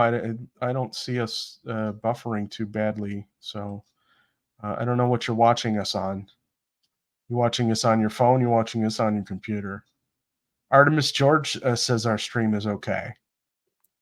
Now, speaking to Kathy's earlier comment about pushing our buttons and the fact that I don't see Consta Delusional Conservative or Captain America on tonight, we all know and love my cousin Lou, and he's a supporter of the show. And he is the voice that challenges us all the time. But, you know, during the course of our regular days, Ed and I are frequently group texted by my cousin Lou regarding some outrage he has over something he's seen in the news. And more often than less, Ed's like, "I'm working right now. Can you go share this on Facebook?" And so, Ed, you expound on that. It was kind of entertaining. I'm trying to remember which specific thing it was that he was trying to gloat over, because he's still functioning. A lot of his brain is still functioning inside the kayfabe duopoly. And one of them. He called us Antifa Nazis, not realizing. Oh, Antifa Nazis. Antifa means anti-fascist, so you can't be an anti-fascist Nazi or socialist. Yeah, that would be like a self-hating Nazi. I don't know what it would be. I don't think so. Anyway, I think he's misinformed, but he would send something about you and Ed can continue with Antifa Nazi views, socialist views, and Ed was just like, have you ever gone and looked up Antifa? To which I started sending memes in the group text of Wonder Woman talking about Antifa means anti-fascist. That means you fight fascism. The soldiers in World War II were Antifa. Indiana Jones is Antifa. Captain America is Antifa. Hell, Luke Skywalker, Han Solo, and Princess Leia were all Antifa. So that means anti-fascist. You can't be a Nazi and anti-fascist. Yeah, essentially in Star Wars, the Empire were space Nazis. Yeah. So, but as I was explaining to Ed in regard to Kathy's comment that, she's here to push our buttons, Ed was like, "Why is Louis texting us all day long?" I'm like, "It's because we're his entertainment." I've often referred to Lou in our family settings. You've heard of the Terminator? Well, Lou is the instigator, because he likes pushing buttons to provoke emotional, passionate responses from us, to laugh, to cackle. Actually, Lou's laugh is sometimes like the Joker. I always say, "What are you, the Joker?" as he starts laughing at how he triggers people. because we get like really riled up about like, are you serious? How can you not? It's just for entertainment value, which maybe that's what Kathy's saying. She pushes our buttons to set us off so that she can get some satisfaction out of watching our blood pressure elevate. I don't know. Yeah, it's just, so he says Antifa Nazis, and I'm like, seriously, man, you really don't know what Antifa means? And it's literally anti-fascist. And the reason why people are using it now in the wrong way is because it got adopted by people on the right wing, the red side of the duopoly, and they're using it as a dog whistle for anything they don't like, typically Democrats. And it's like, and we had, remember when we had the BLM protests, okay? And there were people that were coming out to these things dressed in black bloc outfits. Now, what black bloc basically is, you're wearing all black clothing, black pants, black shirt, you've got a black mask over your face. Okay? I don't wear the mask, but I'm always wearing black the same way. Does that make me Antifa? Now, these are typically black bloc. It could be anybody under those. There are a number of anti-fascist activists who dress up that way to do certain types of activism that some people would consider above and beyond normal types of protesting. Okay. The problem is you also have people in government and also people you would call agent provocateurs, people who go and infiltrate protests and organizations to try and stir things up to make these organizations look bad so the police or the feds can move in and bust heads and arrest people. And typically those people are feds or CIA or some other type of undercover police officer dressed up in black bloc, which are the ones usually instigating and causing the problems. And those are the ones that Donnie Shortfingers called Antifa. The Antifa, they're bad. They're going to be bad. They're Antifa. Not realizing, again, Antifa means anti-fascist. Yeah. And so... So so what I'm saying essentially is that fascists are dressing up in black bloc, trying to pretend they're Antifa and do things like break windows and cause damage and do other types of things that would cause law enforcement to react or escalate. Right. Well, to provide some context, it was a story on law enforcement that I shared, which we're actually going to be talking about in a later segment of Cop Watch regarding the Chicago officers in Pilsen who were found not guilty. I shared the story, and what I shared was because Lou is very pro-authoritarian, pro-cop, I said, hey, man, support all cops, even the ones who shoot people in the back and lie about it. Paul Vallis would be proud of Sergeant Christopher Killer Leakopoulos, because this cop is Greek. Leakopoulos is clearly a Greek name. So Lou responded, so you attack every cop, right? And I said, probably better to attack them before they attack us. So he wrote back, spoken like a true Antifa Nazi, to which Ed responded, Antifa Nazi, do you even listen to yourself sometimes? And then Ed continued, do you gloss over entirely when I point out both sides of the corporate duopoly are participating in the fascist states of America right now? And then Lou responds, I'm talking about Jerry wanting to preemptively attack the 99.5% of cops that are not dirty, Ed. He thinks 99.5% of all cops are not dirty. Huh. 40% of them beat their significant others, according to statistics. Oh, there was a story this last week about that.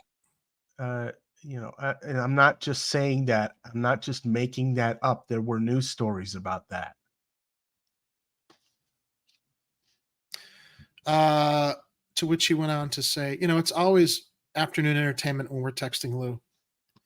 Title for episode 1 of Corner. Oh, he referenced we should name the first episode of Ed's upcoming solo show called Corner Piece.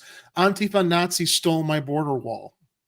Correction: yes. Extraterrestrial, interdimensional Antifa Nazis stole my border wall. Yeah, and I told him to sleep it off. It's like, are you drunk? So that's anyway. So newsflash, I will eventually be doing a channel. I guess we'll set up another channel on Rumble, call it Corner Piece. And for the nights that I just I'm not up for coming on because I'm got other things going on, or I'm just like, I'm not exactly sure what I'm going to do on the show. I might just pick like one subject per night and do 30 minutes or 45 or something.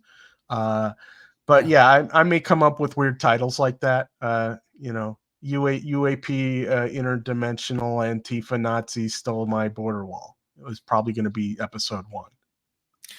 Art shares, I'm not worrying about Antifa. I'm worried about being a Chicago crime victim. All right, let's move into our next story regarding politics. Because, while we were discussing the fact that we felt that, RFK is a worthwhile independent candidate, TYT host and frequent clown, Chunk Yogurt. I don't even know why we're giving him oxygen. Well, because it's hilarious. Cenk Uygur has announced he's staffing up for a 2024 run, and he wants to run as a Democrat. Like they're not going to let RFK run. Look, we know what this is. It's like Marianne Williamson. He's doing a book tour, and right out of the gate, Cenk was born in Turkey. That disqualifies him from being able to be a presidential candidate. Because if you're not born in the United States of America, you can't run for president. Otherwise, we would have long past been talking about former President Arnold Schwarzenegger. That's right. Because Arnold wanted to run, and the only thing keeping that was, he was only able to get as far as he could being governor of California. So Cenk clearly grifting during his book tour. It's now convenient for him to carry on about Joe Biden, while before this book tour started, he's been leaning into why we need to support Joe Biden. But now Joe Biden's too old, and now Chunk Yogurt has a book to sell. You're going to say it? Well, is it the same book? Because he's still got that other book he hasn't even written yet. I don't pay attention to his literary prowess. I only came across this because Breaking Points is in my YouTube feed, and I saw he was on to talk about his books. So I listened, and apparently I didn't even listen to the whole interview because I'm just like, I've heard enough. I mean, he talks about this on his book tour when he's clearly, as much as Crystal Ball, who I used to have respect for, is just another tool of the the neoliberal Democratic oligarchy. They're controlled opposition. A lot of people saw it early on. We were giving them a chance before she went full let's vote for Joe. And then before having Marianne Williamson officiate at her and a Diet M&M's wedding nuptials, okay, Kyle Kalinske, I call him Diet M&M. And she couldn't wait during this interview she was doing with Cenk about his book, as he was talking about alternative candidates. She couldn't wait to squeeze in mentioning Marianne Williamson. But I guess that was before he announced he's going to staff up for a 2024 run. Can you scroll up so we can watch the video first? Okay. Let's see if the video works. Hold on. My scrolling is a little wonky today. Hold on. And we're not interested in giving him any time or any kind of legitimate, attention. This is the entertainment. Cenk the clown is serving his ego to sell books. I think much like Marianne Williamson is. Yeah, it's going to load an ad. So all right, I'll start reading while the ad loads. I'll read from Mediaite, and then we can get to the video. Cenk Uygur says he's so mortified by the prospect of former President Donald Trump winning a second term. He's got that Trump derangement syndrome over incumbent cognitive decline President Joe Biden, who he views as weak, that he's staffing up for a 2024 run of his own. Can we see your birth? Man, remember how Tiny Hands gave Obama trouble over his birth certificate? Cenk, do you remember what happened regarding the birth certificate? When it comes time to provide yours, clearly this is just a grift to sell your book. The progressive thought leader, I love they call him the thought leader, and founder of the Young Turds, appeared on Breaking Points with Crystal Ball and Sagar and Jetty. And I'll tell you, I watch Breaking Points more for Sagar than Crystal now. I like his reporting. I think he's more middle of the road too. Thursday morning, to promote his new book, Justice is Coming. Toward the end of the interview, Ball asked Uygur for his take on the likelihood of someone like California Governor Gavin Newsom mounting a serious primary challenge to Biden. Uygur argued there's no chance of it because, like Biden, Newsom is a corporate Democrat. He then explained that someone has to shake it up from the outside, but that he can't convince any progressives to do so, leaving him just one option: get in to get it going. Calling the Biden and corporate Democratic problem the unsolvable riddle of the election, Uygur presented his plan, which has already been talked to staff about and has money behind it, as being somewhat of a last resort against what he says is a certain loss if Biden is the nominee. For God's sake, don't make me do it, he said, like someone else run, right? But I can't get anyone to do it, he said. Oh, what a martyr. He went on to make the case why his entering the race, as opposed to the wild RFK Jr. moment or a doomed Marianne Williamson challenge, would be good for the party and a catalyst to a serious challenge against Biden. Talk about delusional, Ed. The reason for the necessity, he said repeatedly, is that the press will, quote unquote, destroy any challenge from the left. Look, if we're being honest, the number one problem is mainstream media, he said, of which he's kind of a part of now. The mainstream media is the shock troops of corporate politicians, both corporate Democrats and corporate Republicans. Their job is to eviscerate any outsider. So that's why do you think progressives aren't running? I've talked to at least half a dozen progressives and tried to convince them to go in the race. Well, Dr. Cornel West is running, Cenk. Did you forget that? And they're like, I don't want my life ruined. Who's going to ruin their life? Joe Biden? He's in a bunker somewhere, he continued. No, it's going to be ABC and NBC and CBS and CNN and MSNBC, New York Times, Washington Post. They're going to go at any outsider and shred them to pieces. Below is a transcript of that full portion of the interview, which hopefully we can watch in the video. Is the ad past, Ed? I'm having difficulties right now. I'm going to try one more time to try and get the ad to stop going to the ad page instead of playing the video next. Okay. But unfortunately, it means I got to let the thing play without muting the ad. Hold on. All right. Okay. All right, hold on. Okay, I think I got it. Okay. That's actually, okay. I was able to get it loaded up on this side. Should I try and play it from my browser, or you got it? I have it. Okay, let's hear it. My last question for you, Cenk, is how hopeful are you that we could end up with someone other than Joe Biden as nominee? Do you think, because you say, because you say, it's listen, not Gavin on screen, Newsom's not going to run against him. That goes for every one of the corporate. Oh, is it? I'm not seeing it. Okay. Gavin Newsom is the one who's making the most, doing the most right now, and it's very clear he's not going to jump in this race against Joe. So do you think there's a chance? Crystal, we are definitely in a unsolvable riddle. Yeah. Because the corporate Democrats say, I will not disobey. I will always bow my head. Right. And the progressives say, well, I can't run. The mainstream media will destroy me. They'll destroy my life. They'll destroy my career, etc. Right. So how do we get past that? That's why I'm desperate enough to think maybe I should do it. And I'll tell you why. Because let's say that somebody like me gets in the race. Yeah. The Democratic voters are dying for an alternative. They keep saying, saying, but it's not you. For God's sake, give us someone else. Give us someone else. If someone like me were to get to 20 points, do you have any idea how quick Newsom and Whitmer would enter the race? So are you He's never going to get to 20. Yeah, I'm considering it. And I'll tell you why. Why hasn't it happened? RFK Jr. is at 20%. Marianne's at 10%, something like that. No, but RFK Jr., first of all, he's not a 20 anymore. He peaked at 20 for a brief moment until Democrats found out he's not a Democrat. Okay. Then he went, then he Neither are you. And Marianne got butchered by mainstream media. They made up things about crystals, etc. So I love Marianne. If she could somehow break through media, great, wonderful, etc. But it's taken a while and she hasn't broken through yet. So we need someone to be super aggressive. And if they, let me ask you this way. If you get, again, anyone, it doesn't have to be progressive, gets to 20 or 25, an outsider, right? This whole town panics and Newsom and Whitmer go in immediately. I do think there's a possibility of that. I don't know, because it already happened with RFK and they just ignored him and they went after him. And that was before when they were convinced that Biden was going to win, and RFK everybody knew was a flash in the pan because he's not really a Democrat. Maybe. But so Cenk, tell me more about your thinking. Yeah.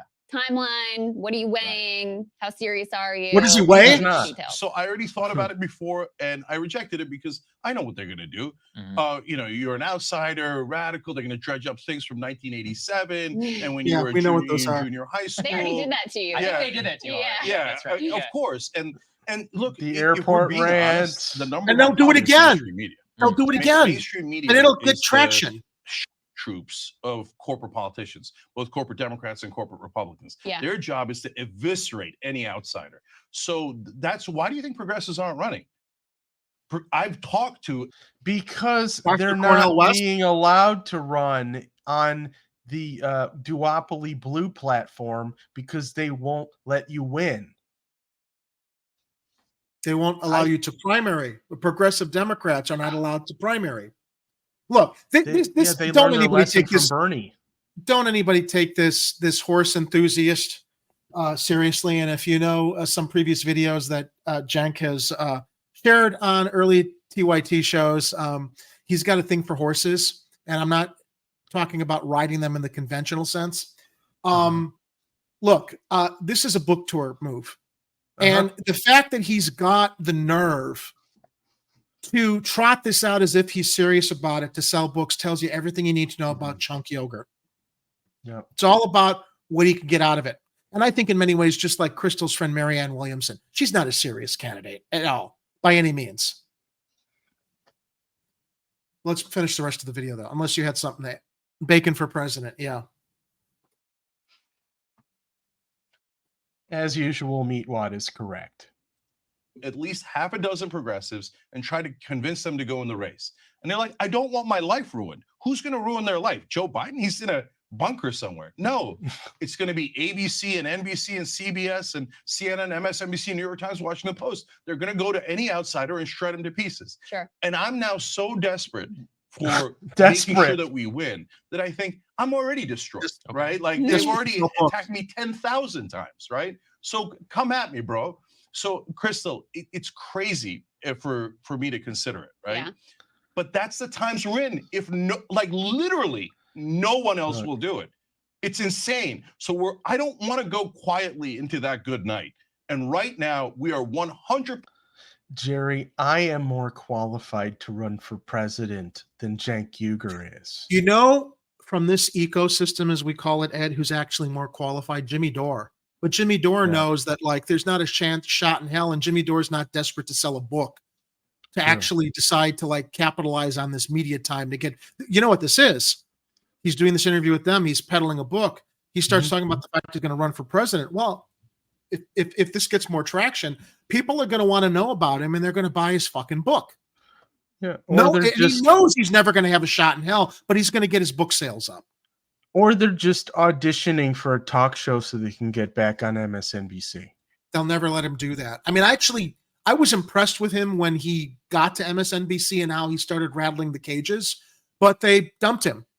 And he went to form the TYT network with Jeff Katzenberg's financial support. And essentially the Young Turks has been repositioning itself to be more neoliberal shit lib, so that maybe he thinks he has a chance to get back on mainstream media without rattling the cages in ways that I think when he was actually more genuine. I think that he's a guy who's evolved in the way that he realizes he's just got to figure out how he can make this work out for himself. Not actually do all he's saying now, because it's too late for him to sacrifice and run because no one else is doing it.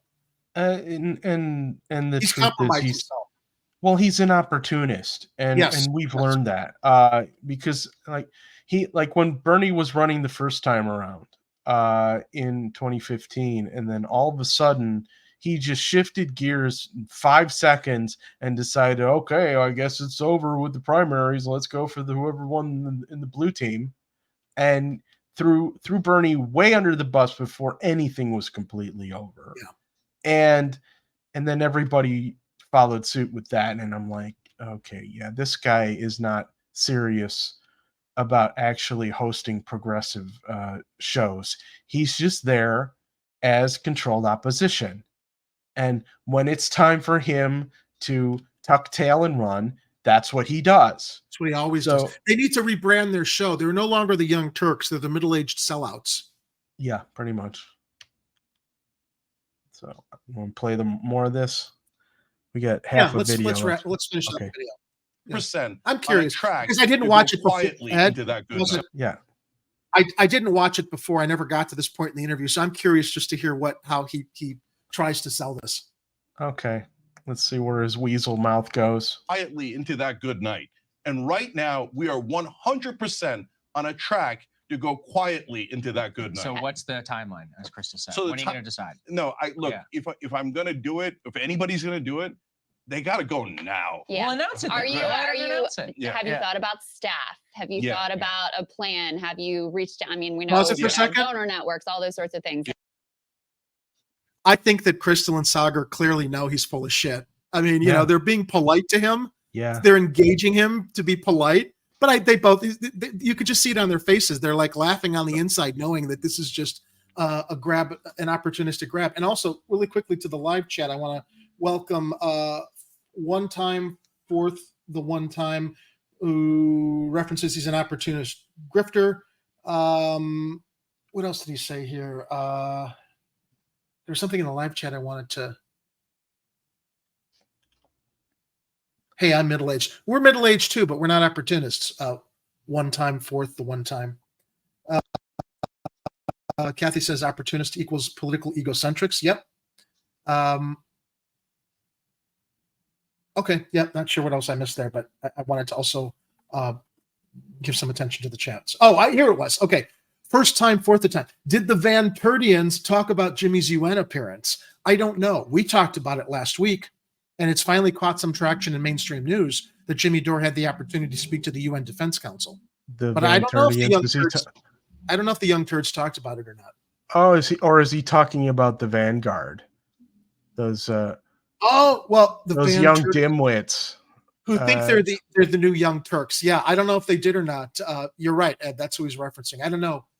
We'll have to go check after the show. Yeah, or not, because I really don't think about them ever, because screw those guys. Yeah. Yeah, he's talking about the Vanguard. Okay. What was I going to say? Opportunists. I forgot what the hell I was going to say. It was something about chunk yogurt. I'll play the video, and if you remember, just stop. Yeah, let's play the video and see if I remember what the hell I was going to say.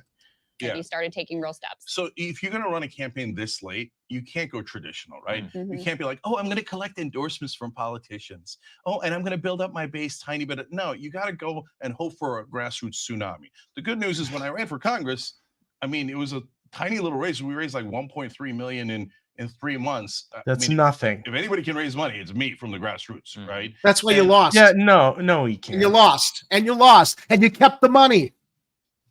Yeah, I remembered what I was going to say. Cenk is terrified that the Democrats are going to go the way of the Whigs. They should. They should have a long time ago. It didn't used to be just two political parties in this country. They started out with a whole lot more. Anybody remember the Bull Moose Party? Well, and each party changed too. It used to be, Democrats were, well, some factions still are, but Democrats were deep South, racist rooted politicians. And then, they realized, well, we're going to have to embrace voters now that we've passed civil rights. And, it was the pro-business Republicans who started seeing people of color as a threat to the American way of life. So you see shifts throughout the decades through history with political parties' alignments. Whoever would have imagined that Democrats would have thrown labor under the bus? They used to be the party of labor.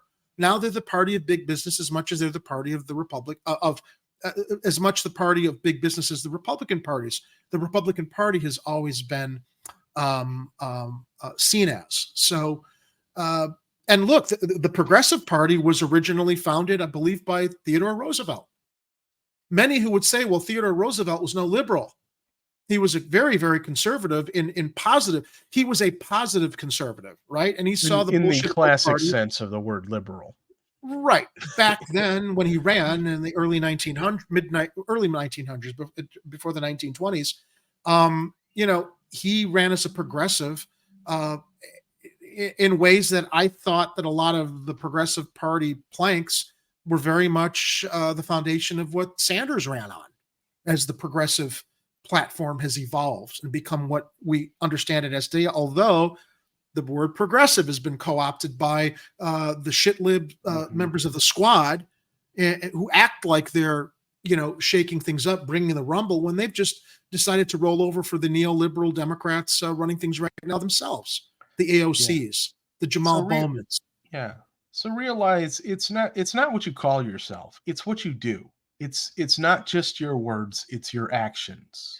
It's not who I am underneath, but what I do defines me. Yeah, as Thank Batman you, Bruce Wayne. said.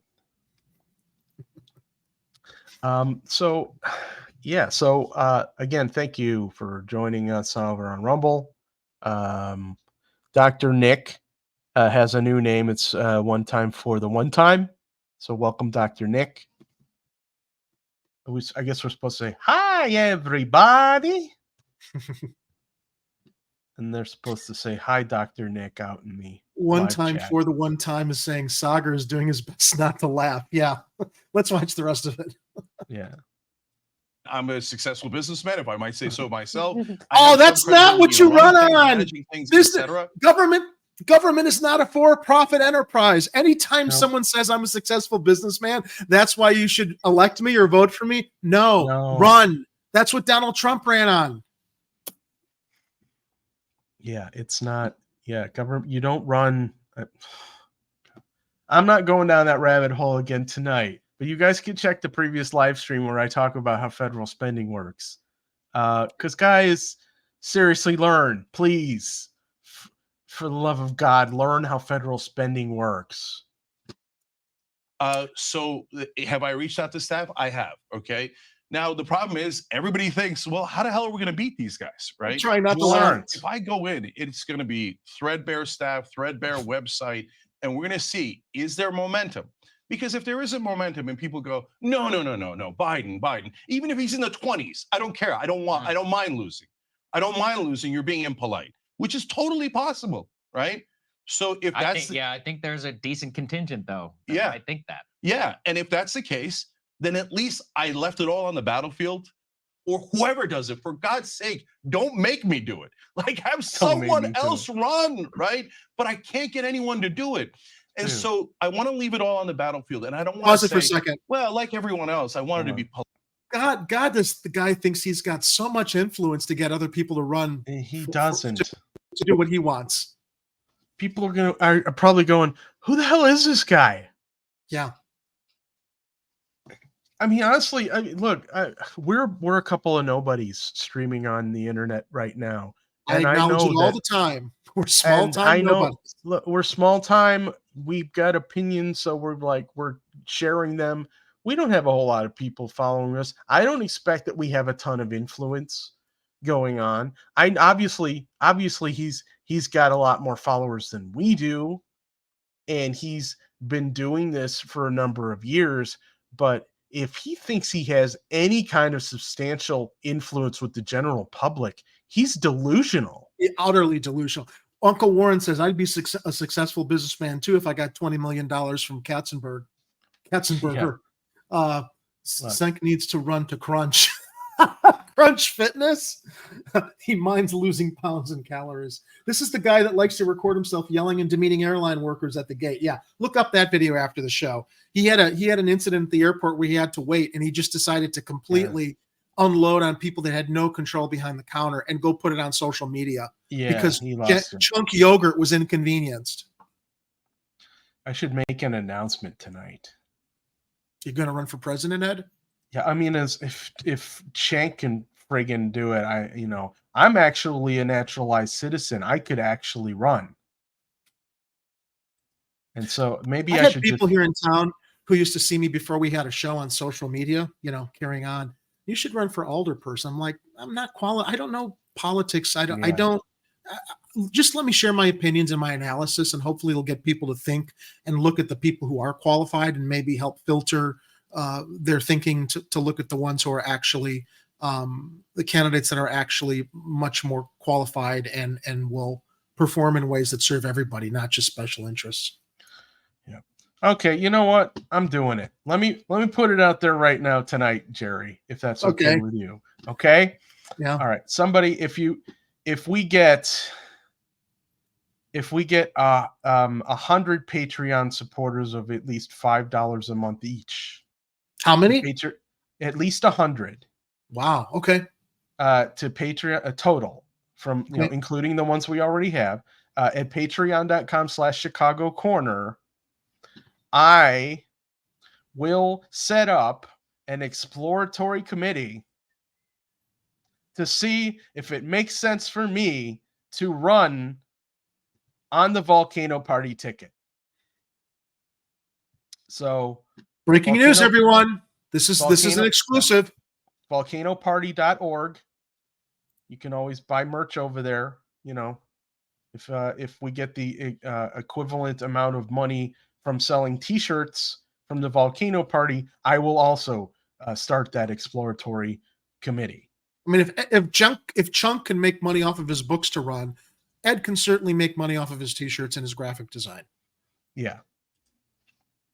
So you heard it here first. Let's finish watching Chunk here.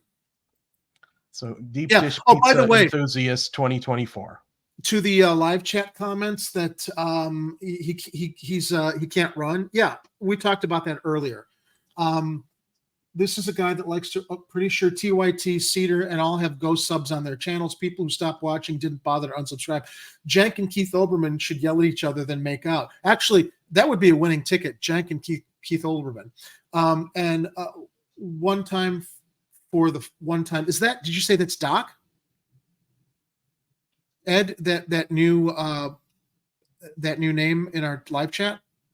You said Dr. Nick. Dr. Nick. Yeah. Okay, Dr. Nick. No, naturalized citizens can't run. Otherwise, Arnold would have ran. We did talk about that earlier. Cenk was born in Turkey. So if he's a naturalized citizen, yeah, he can't run. Otherwise, I mentioned earlier with Ed, we would be talking about President Arnold Schwarzenegger from his previous administration, because that's what Arnold wanted to do, but he couldn't because he was born in Germany. Natural-born citizens can run. No, they can't. Natural-born citizens can run, but not naturalized citizens. No, that's. Oh, did I misspeak? I don't know the difference. Okay. No. Well, Dr. People Nick born in the United States. Now, the question I have in Right. my mind is, what if you were born on an Air Force base? Does that count? Apparently, it does, because John McCain was born on an Air Force base. And for everybody that was screaming about Obama, claiming he was born in Kenya, as many people said, look, if you're going to keep running that story about, and maybe Obama was born in Kenya, we still don't know. But if you're going to trot that out, they had as much of a reason to dismiss John McCain's run, because John McCain was not born on U.S. soil. He was born on a military base, I believe. So I'm sure there are little ins and outs, though, little tricks that people can make depending on how well connected they are. Polite. So we lost democracy because we thought it would hurt Mussolini's opponent's feelings, right? What? Does anybody remember Mussolini's opponent? I don't actually. Of course, no one does. Yeah. No one does. Damn it. Yeah. Okay, because Mussolini ran him over, and he probably sat on a couch just like Joe Biden is right now. You guys, and I know how mad Democrats get, and I know how mad media gets when you point out an iceberg. But we did it before. We pointed out the Hillary Clinton iceberg, and then they said, you made the iceberg appear. No, you're not. But you supported her when she ran, though, Chunk. The country, the voters despise the establishment. He wants to have it both ways. He wants to have his cake and eat it, too. We remember the crap you pulled, Cenk. We remember. You can't just come out and say that you warned everybody about Hillary. Warren said Cenk can run for the bathroom. Yeah, he can.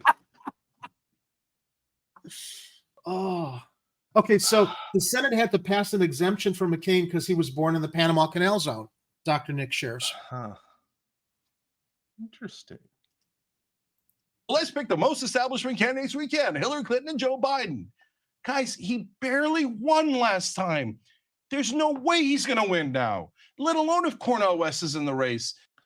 And people don't even bring up the fact that the primaries were rigged once again. Yeah. They're allowed to, according to law, according to the courts, any political party can do whatever the hell they want to nominate their candidate. And the Democrats did. But if they're going to have the appearance of having a fair contest in their primary, then shouldn't they be legally liable to uphold their own damn rules and not change them on the fly when it suits them or when it becomes inconvenient to them to have someone who even pretends to be something further to the left than where they want to be? And then continue to hide it, even though it comes out in court cases. But back it up a little bit so we have some context for his closing here. All right, let's back it up a little. Buys the establishment. And they're like, so let's pick the most establishment candidates we can, Hillary Clinton and Joe Biden. Guys, he barely won last time. There's no way he's going to win now, let alone if Cornel West is in the race and Larry Hogan's in the race and these guys are in the race. Then there's no chance at all.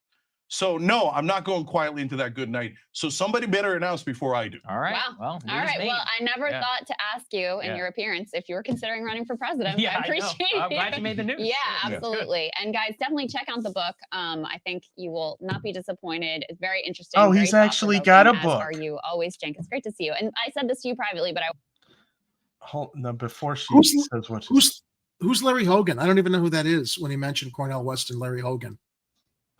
Is that another candidate? Maybe a libertarian candidate, probably. Look, so he says at the end, let's parse those words. Somebody better announce before I do. First of all, it sounds like a threat. Second of all, that's going to be very easy for him to step back to backpedal. Yeah. In context, if he just said he's it, not running. You know why he said it here? Because he knows it's going to get views on this interview and people to pay attention to his book. That's all this was. Opportunistic grift. Yeah, it's nice. He actually got a cover for his book that he hasn't written yet. So there's that. I want to say it to the audience too. You were there from the beginning, helping us build at Rising, and we are always grateful to you for helping to build up. You're a true believer in terms of independent media, and that really shows. So thank you. Yeah, these guys are all controlled opposition. And nobody should support them going forward. They got plenty of money. They don't need yours. Uncle Warren shares, this is a straight up book tour just like Marianne. Fucking low T Fred Flintstone. I like that, Warren. Warren Looks is correct. Already. Clown theater. Absolutely. Big time. All right, so we've been covering a lot of national news tonight as far as the election and the law and the horrible loss of Dianne Feinstein, or do you say Feinstein? Let's get into some local news. Now, we said it before and we'll say it again. Looks like the honeymoon's over. Brandon Johnson has lost some of his allies in city council that supported him and that we thought he was going to be building a coalition with in regards to this utterly boneheaded idea to put migrants in tent shelters, military-grade tent shelters during a Chicago winter, during the grueling temperatures of Chicago winter. So this comes to us from the Sun-Times, and this just broke today, I believe, because there was a protest. We talked about wanting to go cover at Daly Plaza, but other things prevented us from doing it. But there was city council activity today in regards to the tents. So, Ed, you were going to say? Hold on. I got a Tribune link. Do you have a different link? No, I've got the Tribune link. This is the headline. Okay. Yeah, you've got the right one up. Okay. You said Sun-Times. That's what she said. I'm sorry, my mistake. Sun-Times. Tribune article here we're going to be sharing from. As reported by Alice Yin and Daniel Petrella, some allies break with Mayor Brandon Johnson over migrant response. There's a photo there of Alderwoman Jeanette Taylor of the 20th with Alderman Andre Vasquez of the 40th before meeting on the city's migrant response over the last several months at City Hall. And this was from today. Multiple allies broke with Mayor Brandon Johnson on Friday over his plans to temporarily house thousands of migrants in tent encampments across the city, while Johnson's administration continued to blame Governor J.B. Pritzker for not doing enough to help the city cope with the crisis. A lot of this is reminding me of that Spider-Man meme, Ed. Everybody, all the multiple the pointing, pointing at each other. Yeah. During a tense meeting of the City Council's Immigration Committee, 3 of Johnson's handpicked committee chairs criticized the mayor's response to the migrant situation. Johnson handpicked committee chairs criticized him, including his plan to utilize a controversial private security firm, of whom we went into great detail regarding in our last broadcast, as to how utterly corrupt and unsuitable they are for this huge amount of money they're going to be getting from this contract, because they are already engaged in procurement with the state, a procurement agreement with the state, to establish tent encampments for some of the more than 15,000 migrants who've been bused or flown to Chicago from southern border states since August of last year. Several public speakers disrupted the session with boisterous arguments that the city was putting the interests of migrants over those of Black communities, a sentiment with which several aldermen from the South and West Sides said they sympathized. Resentment was also voiced against Pritzker, who critics say hasn't provided enough state help to shelter immigrants. Well, he hasn't. We actually touched upon that, I think, in a previous show. Alderman Andre Vasquez of the 40th opened the meeting by criticizing the city's contract with Garda World Federal Services, which has been at the center of controversies over its handling of migrants elsewhere, and its subsidiary, Aegis Defense Services, to run the base camps. Quote, "I am saddened by the possibility that we are on the precipice of this administration moving forward with building military-grade tent base camps in our great city. I've been and will remain on record as being in disagreement with that decision," Vasquez said. "The elected representative in me, on the other hand, recognizes that in order for us to be successful, we as a municipal government have to come together to move our city forward."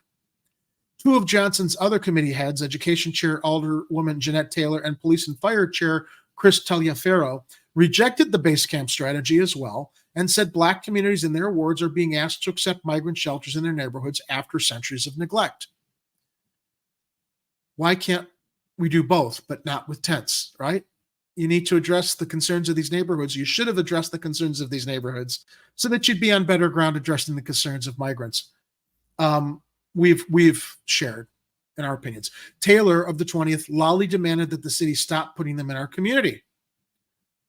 "What y'all doing is you're going to start a race war. That's what you're doing," Taylor said. Why is Johnson starting the race? I don't think anybody, look, right or wrong, where they're putting these base camps, why would Taylor reference that this is going to start a race war? I don't think the migrants are looking at starting race wars, Taylor. No, but what I think she's addressing is how the city is making choices to favor migrants over the people of color and communities that are already suffering, and that they are pitting these 2 groups against each other when they don't need to be. And that's what she's talking about. She says in her next statement here, this is going to be a race war because y'all choosing who you're taking care of. Yeah, but the race war is in how people choose to respond. You don't need to, engage in a race war against people that need help while you need help. You advocate for them and you use that to strengthen your argument that you should be getting the help also, without, I don't know, this almost seems like a veiled threat that a race war is going to start, is what I'm. Well, I think that's part of the point that she's making. She went on a big rant earlier today. I actually watched the stream earlier today. I wish I could play some of it back, but they don't make that available for probably another week on their Vimeo channel. And I wasn't able to record the content where I was watching. So essentially, I think that meeting went really well, though, because they were all basically talking about what all the issues were, who needed to focus on what, and what they needed to do going forward. So it was a productive meeting that they had there, which led me to think that while they had that protest that was that had taken place in Daily Plaza today, and I don't know how many people showed up to that. I think Kathy posted some video from part of that thing. There probably would have been a whole lot more people at that had they not had that meeting earlier in the day. would be my guess, because a lot of people were voicing their concerns in the public comment and also just loudly disrupting the meeting a couple times. But you know what? Again, insinuating there's going to be a race war is not the way to go about doing it. Now, Taylor continued in a statement that I do agree with. Taylor also complained about money from Black taxpayers going to what she said were wasteful contracts for sheltering the migrants. Well, look, the money's coming from all taxpayers, Alderwoman Taylor, not just Black taxpayers. It's coming from all taxpayers, and it shouldn't, to this big corporation that has a litany of problems that we talked about last show. Johnson's deputy chief of staff, Christina Pacioni-Zayas, a former state senator, responded by noting the previous administration was piggybacking off existing states' contracts. She also signaled interest in amending the city's long procurement process, which she blamed for limiting the city's options. Well, do it. What you know, you've got corporation counsel that can basically mandate and create laws however it wants. I don't understand, when this is a crisis and an emergency situation, what's taking so long. He's been there, and his administration and his staff and his cabinet have been there since May now. And this was a problem when they came in. Johnson's It's been a problem for a year. Well, yeah, but coming in, you knew it was going to be. I mean, the busing started during Lightfoot's tenure, right? So it's in his hands. That's clearly, we knew it was going to get worse, and they didn't have a plan coming in. Johnson's administration has pushed back against detractors of the city's $29.4 million contract with Garda World to establish tent camps for migrants. The firm has come under fire from several aldermen and left-leaning organizations because of questions about its migrant-related projects and proposals in Denver, Texas, and Canada, as well as the firm's recent contract to relocate asylum seekers from Florida under the direction of Republican Governor Ron DeSantis, who's running for his party's presidential nomination. The company said last week it has not provided those services thus far. Chicago was able to quickly sign a contract with Garda World because the company late last year signed a $125 million master contract with the Illinois Emergency Management Agency. The agency has said the contract was awarded through competitive bidding. There was a contract that the state has started. We had to jump on it because at this point there were no other approved vendors. Pacioni-Zayas said at Friday's hearing. Okay, so you know what? I can very honestly speak to the absolute clusterfuck of the state of Illinois procurement process. And you know why, Ed? I'm trying to present my product to be obtained by the Illinois State University medical system to be used in rehab and physical therapy clinics, and also in the medical supply stores in university hospitals. It's pretty simple. Here's the thing. I'm the only one who sells it. How can I've gone through the process of qualifying. Now I've got to go through another process for procurement. And I'm telling you, Ed, what they're asking me is stuff, documents and stuff that I don't even know exist, that have no relevancy to my small one-person run business. So as I'm seeing how utterly complicated the procurement process is, it shouldn't be this complicated. It's the complications that make it difficult to solve a crisis situation and just get shit done. So you know, because there's a procurement contract in place already, they didn't leave any room to look for better alternatives. It's like, well, they're in place. They obviously jumped through the hoops to get here, and it's going to be harder for someone else who's got a better plan or who can provide better services because it's such a complicated process to get approved to begin with. Are you, as far as your own situation, are you saying you have to create additional levels of bureaucracy in order to work with the state? They're expecting me to provide documentation that, basically adds levels of bureaucracy that I'm not sure, they want minutes. Okay, so briefly, I'm a corporation. They want me to they want copies of meeting minutes with my board. I don't have a board. I'm a one-person operation. I don't have the things that they're asking for because I'm not some big corporation, nor is any of that relevant to I qualified. I can meet their demands for what they might want to stock, what they need. I as a supplier, I can provide what they need. I've already attested to that. Why do you need board meeting minutes that don't exist in my situation? I don't know how how is that relevant? It's not. So there are levels of red tape bureaucracy. It's just like this. and I even wrote them back and I said, what does this have to do with anything? And I haven't gotten a response yet from the procurement office. So I think sometimes you can try to get away with the not applicable, the N/A in certain things to see if that'll just get you through to the rest of the process. But it seems that they're very adamant about their checklist of what I have to provide them. So yeah, I mean, I when I wrote the procurement liaison that guided me to this long checklist after I thought, oh, I'm approved and I already went through the process of being a vendor. Now, because it's as a diversity vendor, as a handicapped or disabled business owner, there's this whole checklist. And they said, well, you know, you can get on the fast track for procurement if you're a member of one of these other 3 organizations. One is the one Female Business Owners Association, and 2 other associations that cater specifically to minority-owned businesses. And I said, none of these 3 to fast track seem to serve disabled business owners.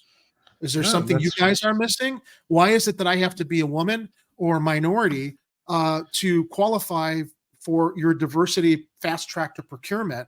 Instead, you're giving me these qualifications that probably, you know, Garda World had to fulfill to get their multi-million-dollar contract with the state for other things.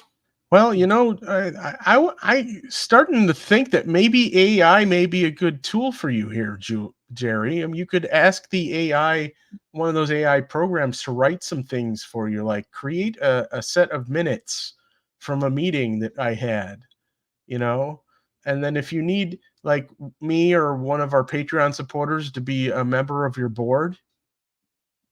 Well, dude, my family members are members of our board because this was a family business. They don't participate. I don't have to float anything by them, but my dad created the corporation that I'm now running as a one-person business as a means for our family if we ever engaged in creating anything that we wanted to sell or share or monetize. We have basically a what do you want to call it? A mechanism in place, but you know, they're not involved.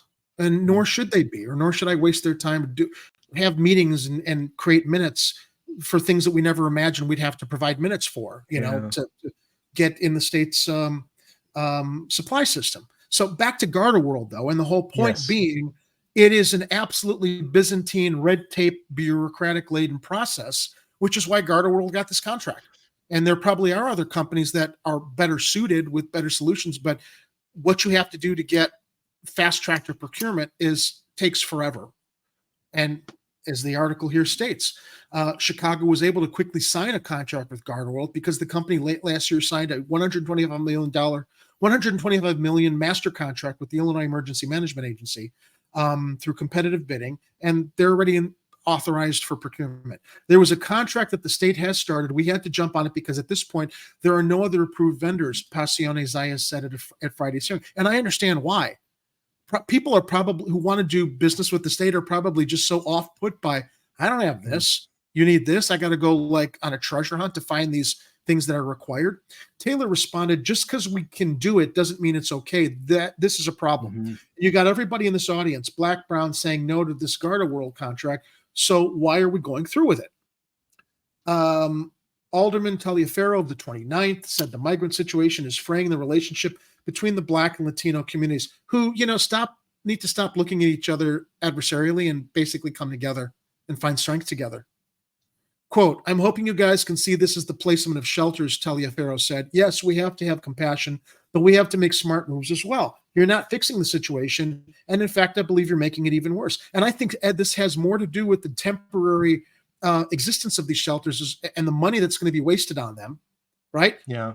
It's a part-time solution. The money's gone and there's no long-term solution with actually fixing, retrofitting, or finding existing structures that can be repurposed, even as a part-time solution, but can be used afterwards, whether it's a school that might be reopened in the future, or it's something that can be repurposed or used at the same time for our homeless population. Some mayoral allies gave impassioned defenses of Johnson, saying he's been given an impossible challenge with virtually no support from the state or federal government. I'm sorry, that's making excuses. He's not wrong, though. And this story does get better, too. I scrolled down a little bit just to see if they talked about the state contract, and they do, because they haven't done anything. with the state contract yet, other than just approve the contract. But one of the things that I read, though, Ed, was that Pritzker does not want to see temporary solutions. Pritzker's more of an advocate for existing structures being repurposed or retrofitted for what needs to be done here. So that money is not in and gone, and there's nothing to show for it after the temporary solution has been provided. And unfortunately, migrants are going to end up being homeless after that, which is going to cause a whole litany of other problems, as opposed to for however long we need structures to help the migrants, homeless people, vulnerable people in the city. We don't need to like blow the load on a temporary solution with Garda World. Quote, I get frustrated because I wonder how many of Governor J.B. Pritzker's senior staff are scouting locations on a daily basis to make sure that we're living up to our responsibility as a sanctuary state, Ramirez Rosa said. Am I making you tired? Am I boring you? Oreo just yawned in my face. He faced Passione Zayas and asked if, other than the proposed CVS shelter in Little Village that is yet to open, the state has offered to help open any migrant shelters in Chicago since Johnson took office. She said no. I want that to hang in the air, Ramirez Rosa said. He repeated the question to her, then said, no, that is shameful. That is shameful because we are a welcoming state. Because this governor says that he supports migrants, and I know why our mayor hasn't gone out there and called the governor out, but I will be. The governor's office declined to comment on Ramirez Rosa's criticism, but two press aides took to social media to highlight the roughly $328 million the state has spent to date on the migrant relief effort.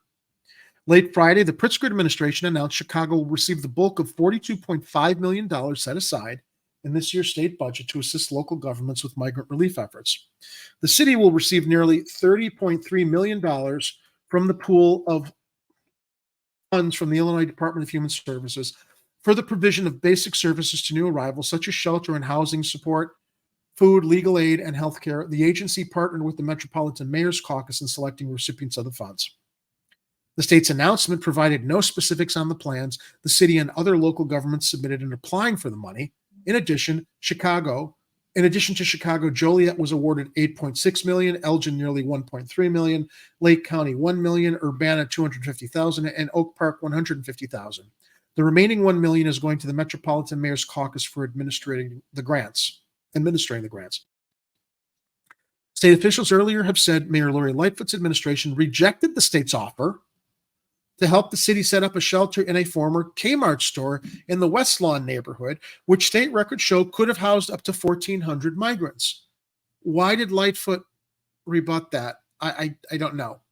It's hard to say, but maybe she had pushback from people in the area where that was going to be, and she was at the time running for re-election. Yeah, which was her priority.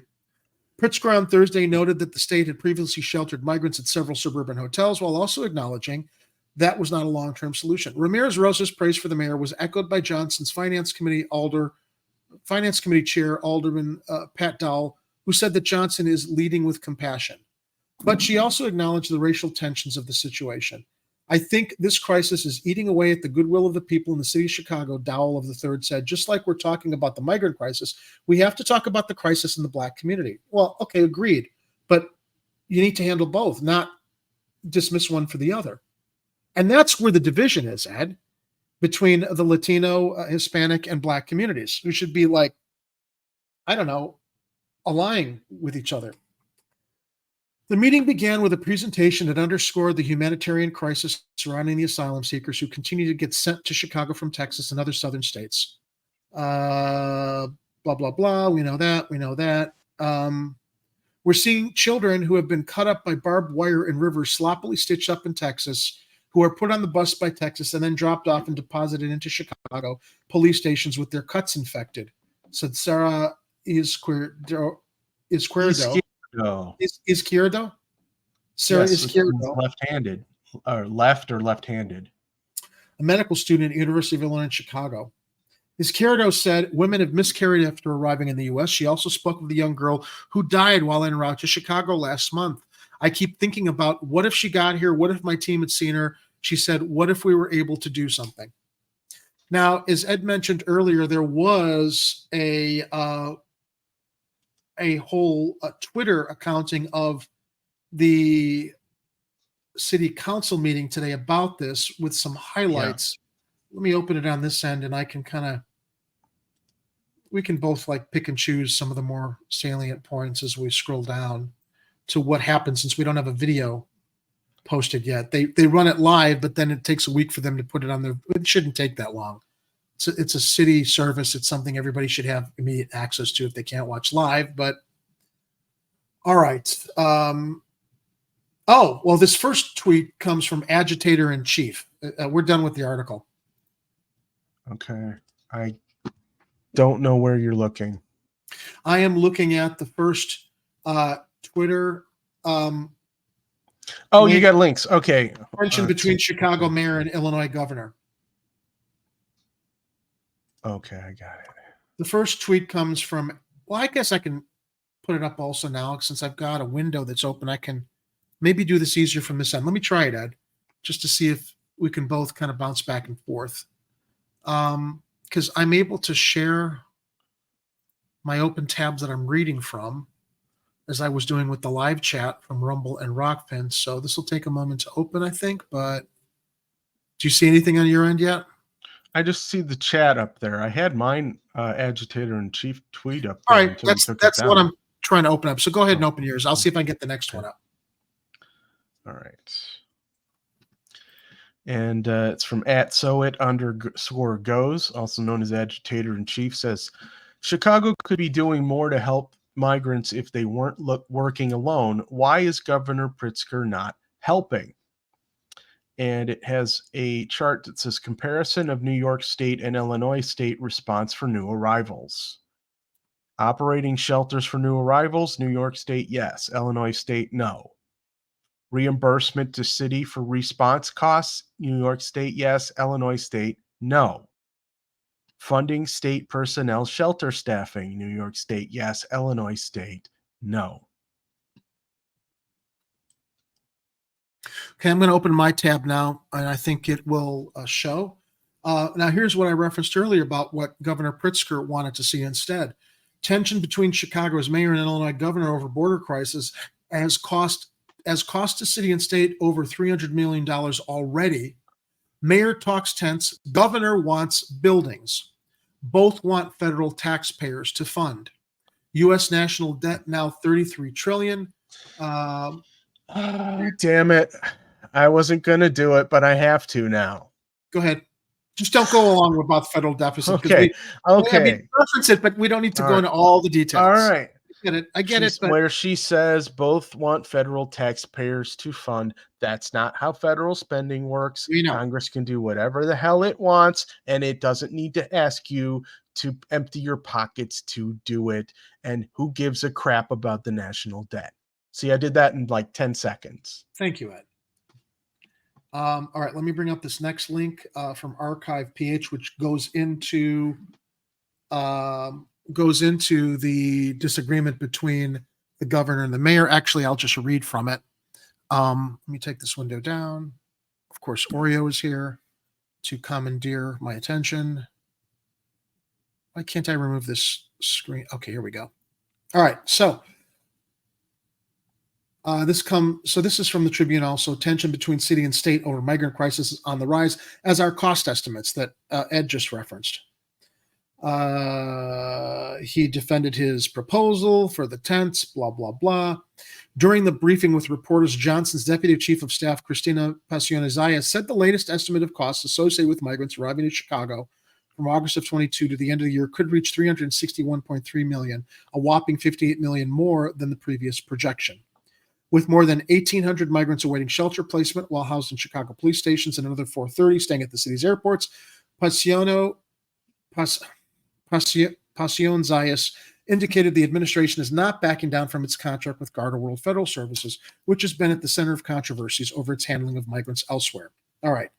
I think this is the article that went into Pritzker's.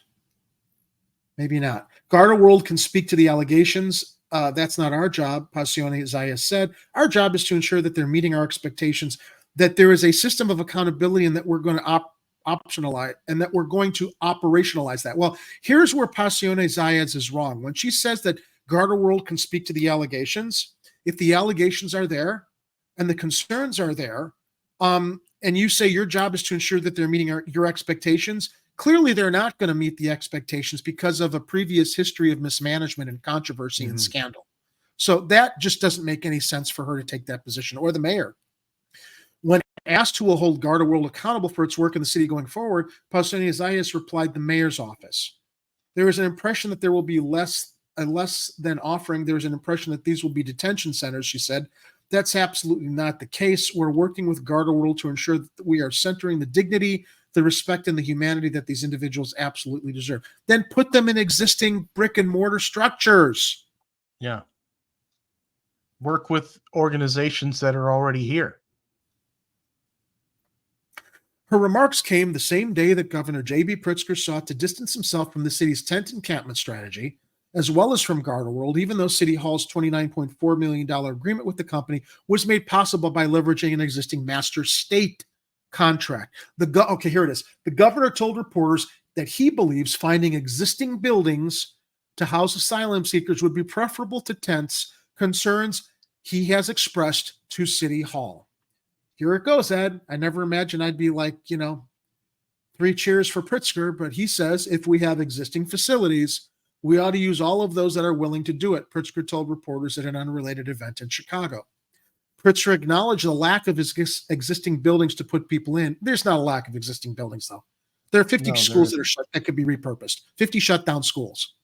He just doesn't want to put them in any of his buildings. Right. But yeah. But said he doesn't think the tent encampment plan is the only option. We continue to have conversations about it, he said.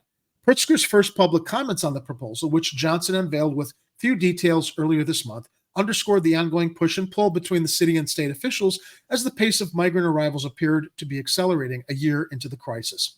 In response to Pritzker, Alderperson Carlos Ramirez Rosa, the mayor's floor leader, posted the most strident pushback against the state so far from a Johnson ally. The pushback. This is particularly ludicrous coming from JB, given that lack of meaningful support from the state of Illinois has pushed the city in this direction. Ramirez Rosa posted on X, the platform formerly known as Twitter. Okay, but let me speak still to known that. as Twitter. Okay. Ramirez Rosa is complaining that the state isn't doing more. That's going to be taxpayer funded money. That's going to come out of state taxpayer pockets, as opposed to leaning on federal funds that should be coming to take care of this, because it's not going to come out of taxpayers. He knows that. Of course he knows. But he's calling out the hypocrisy of JB. And can I just remind everyone that the state of Illinois currently has 24 billionaires who are extremely undertaxed. Now, Ramirez Rosa made another interesting point. New York State has opened multiple migrant shelters. The state of Illinois operates 0 shelters, 0. Open some shelters, JB. Yeah, but are we going to be honest about the majority of migrant transplants are in our urban areas? I'm not going to imagine there are going to be as many migrants needing housing downstate or in other rural communities across the state. But it's not just that argument, Ed. But it's not just rural communities. We have a ton of suburbs where they could set up shelters with vacant buildings with better services or better access to services, easier access to roads that won't be in a congested city like Chicago. So it's not unreasonable to suggest that the state pick up the slack and start opening some shelters in places that aren't just Chicago. Okay. All right, fair enough. In the suburban and surrounding communities. So, but you know that Pritzker is going to be pandering to those communities that don't want the migrants because they're going to claim that it's going to bring in crime and everything else that people are screaming about here, when the real issue is, go ahead. or it could bring in a much needed worker source. So some people are saying they don't have enough labor in certain markets, in certain industries, and if they're going to be providing a lot of these people with work permits so that they can start working, maybe that'll be a boon for certain neighborhoods to welcome these people as new neighbors in our country. Yeah, and make the immigration application process less Byzantine and red tape laden as it already is. As we were talking about the last show, people reference, well, why don't they come in legally? Because it's not. Why don't it's not that easy? It's not as easy as it was when our grandparents came over. Okay, when they wanted that labor to build the infrastructure of the country, we went into great detail about that whole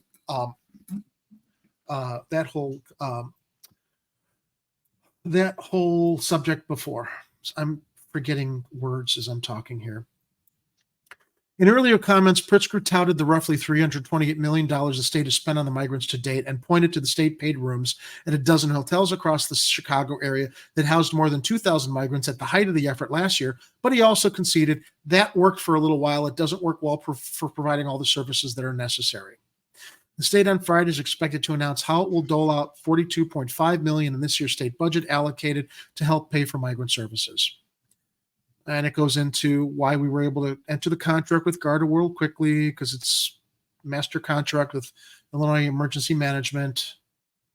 While overall costs are ballooning, Passione Zayas said rates for another big migrant contractor, Favorite Healthcare Staffing, were renegotiated to save 20% in costs toward the personnel that run the city's brick and mortar shelters by allowing more local hires. The Johnson administration didn't say how much money will be saved with the 20% cut. Some aldermen and immigration advocates decried the city's choice to work with Garda-World after learning of its migrant-related projects and proposals we already mentioned and all the controversies around those. The company so far declined to comment to the Tribune about its contract in Florida and the Chicago contract, blah, blah, blah. I don't want to keep repeating same talking points. I mean, one of the reasons I was like telling Ed before the show, I'm just not in a mood to go on it. It's the same thing, same shit, different day. I'm so tired of talking about this migrant shelter story without any logical solution in sight other than throwing money at a contractor that's going to provide a short-term solution.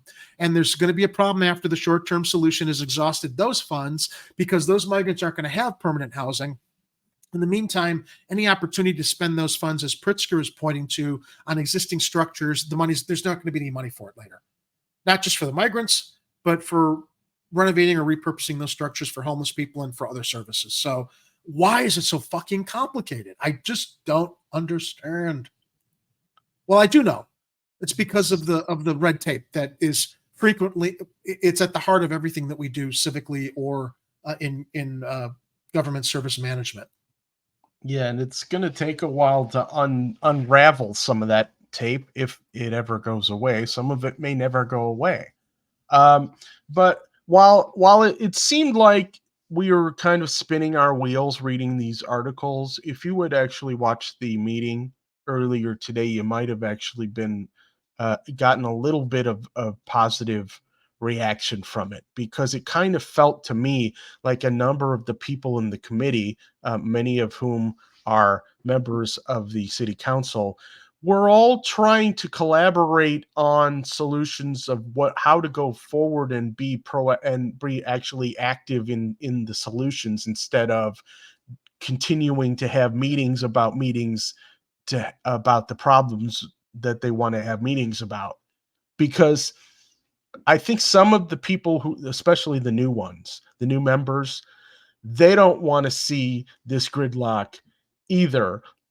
And a lot of them are disappointed with how it feels like, the Johnson administration so far has been spinning their wheels, or going for the easy route, or waiting for whatever he happens to be waiting for. I personally think that some of the reasons why Brandon Johnson is making some of these what I would consider missteps is because he's getting advice from either former members of the Lightfoot administration, which he has kept on, or he's getting really bad advice from the Democrats who are trying to make whatever waves non-existent when they come and have their convention.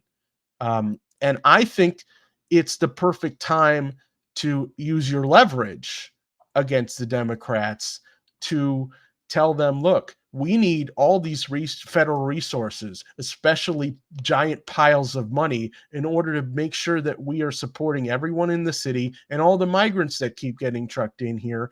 And you guys are going to pass bills and send funding our way. You guys can keep sending billions. I think we've got over 113 billion so far. It's probably more than that gone to Ukraine so far. A lot, and also all the Ukrainian migrants who have come in here have been fast-track transitioned into homes and jobs and all kinds of great levels of support that our other migrant friends are not getting. And why aren't we getting parity there? We know why. Because they're more desirable because of the color of their skin. Which is offensive as hell.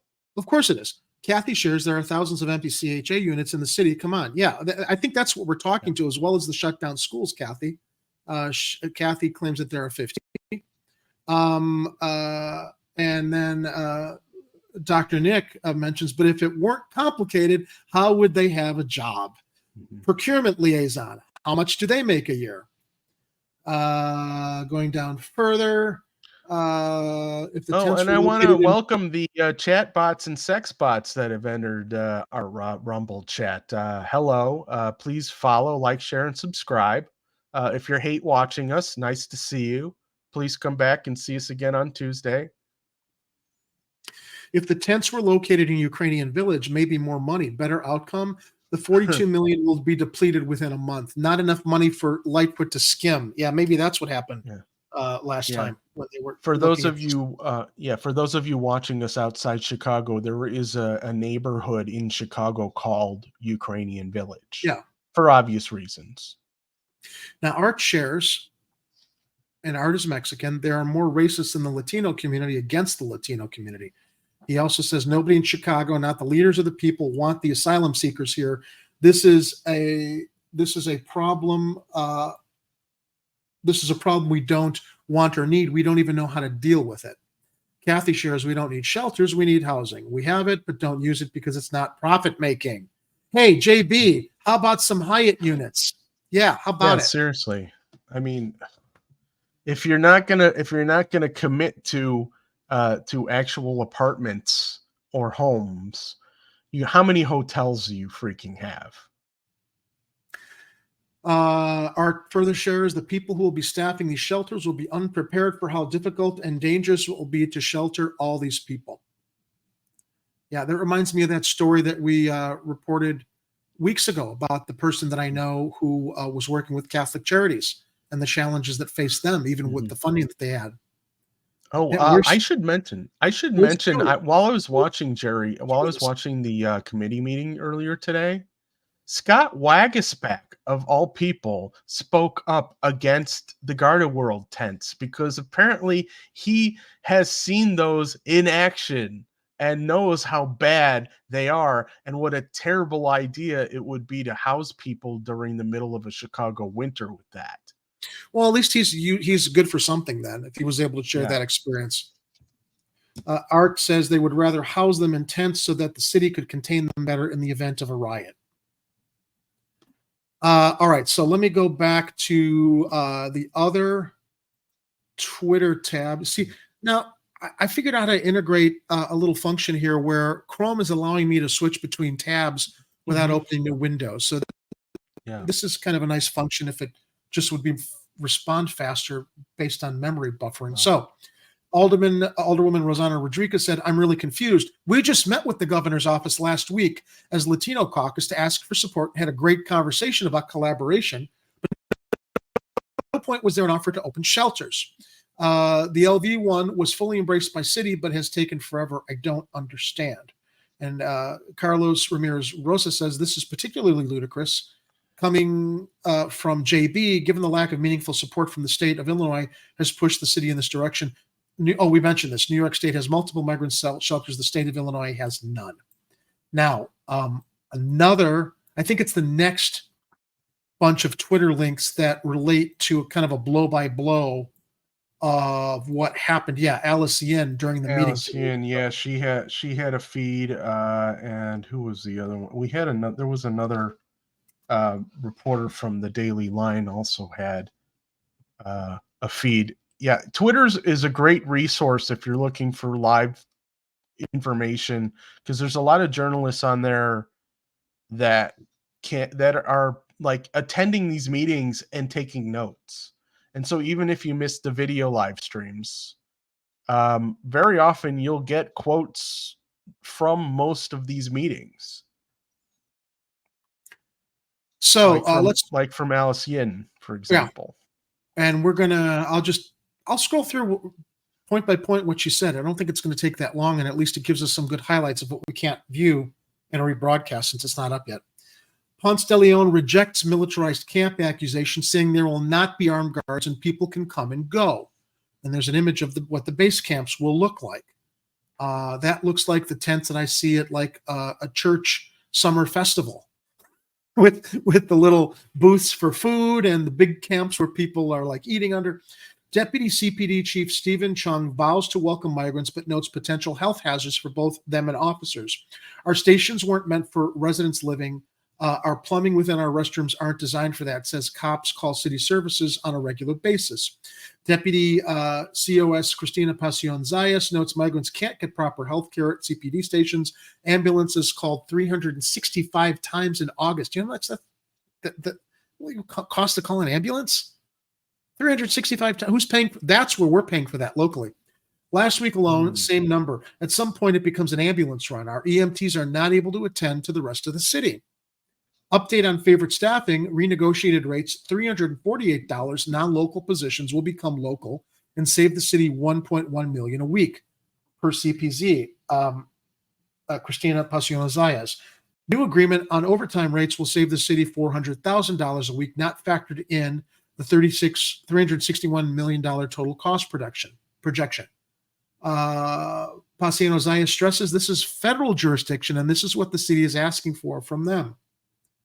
Additional flexible funding streams, SSP funding guidelines change, expand funding for infrastructure that benefits all Chicagoans, housing and urban development choice vouchers, Chicago Department of Public Health, ISBE CPS for additional teacher positions, and the STLS program, transportation. Policy specific, expedited worker authorization with significant public benefit. Designation by Department of Homeland Security, improved backing on asylum applications and workforce authorization requests, waive fees for work authorization requests. Paciano Zayas. Yeah, we learned somewhere that costs $500 for work authorization form request. Yeah. She shared the story about the kids who were cut up and stitched up in Texas. Now, getting to the bigger point down here, Alders speaking now. Jeanette Taylor of the 20th rips into tent camps idea. I'm going to protest with the community. What y'all doing is you're going to start. Okay, that's the race war comment. That's when she said that. That's when she started that about claiming who they're prioritizing taking care of. Taylor also says security near shelters is inadequate, noting the lawlessness is ridiculous. People mad at Ray Lopez, and don't get me wrong, I don't like him, but something needs to be done. Says about Chicago congressional delegation. They've done nothing but watch us fail. Taylor. So Favorite got $56.3 million for what? Paciano Zayas. FS was reference contract that another government has started. Taylor. So the state, you're saying Governor Pritzker? Paciano Zayas says the state. Taylor says, I'm proving the point. No worries. So with Garda World, same scenario. There was a contract that the state has started. We know all about this. They picked up on it. This is actually, presenting a lot of points that were in the broader reporting of the articles. Yeah. So for those who didn't watch this as it was happening, Taylor was essentially acting kind of like a trial lawyer, and Pacione Zayas was basically a witness giving testimony. Essentially, she understood what Jeanette Taylor was doing, wasn't taking any of it personally. It's just that Taylor was trying to get the information in a way that she could try and relay it to everyone else who was watching so that she could make her points. And she's making points on how the state and other agencies are wasting tons of money for these really ineffective organizations. Yeah. So we're going to the next Twitter link, of which I don't remember. Oh, okay. Carlos Ramirez Rosa. As a member of the Chicago City Council, I really don't want to engage in a back and forth with our powerful billionaire governor and as many spokespeople. What I want is our powerful billionaire governor and the state of Illinois to open and operate migrant shelters just like Chicago. We operate 21 migrant shelters, 17 of them open since Mayor Johnson took office. All right, well, that's impressive then. The state of Illinois operates 0. The government worked hard for that money. The governor worked hard for that money. He earned it. Whatever. Yeah. Inherited, but okay. All states should be on board with this. The Universal Declaration of Human Rights, Article 14, which states that everyone has the right to seek and enjoy asylum from prosecution in other countries. That's what a lot of people are also saying. Aldermen, we don't want to pay for them. We want these people to be returned. They are not migrants. They are illegals. They did not apply for asylum in the first safe country, hence illegal is what Christopher Sullivan is claiming. The aldermen are. Yeah, that's a vile point of view. Yeah. Absolutely vile.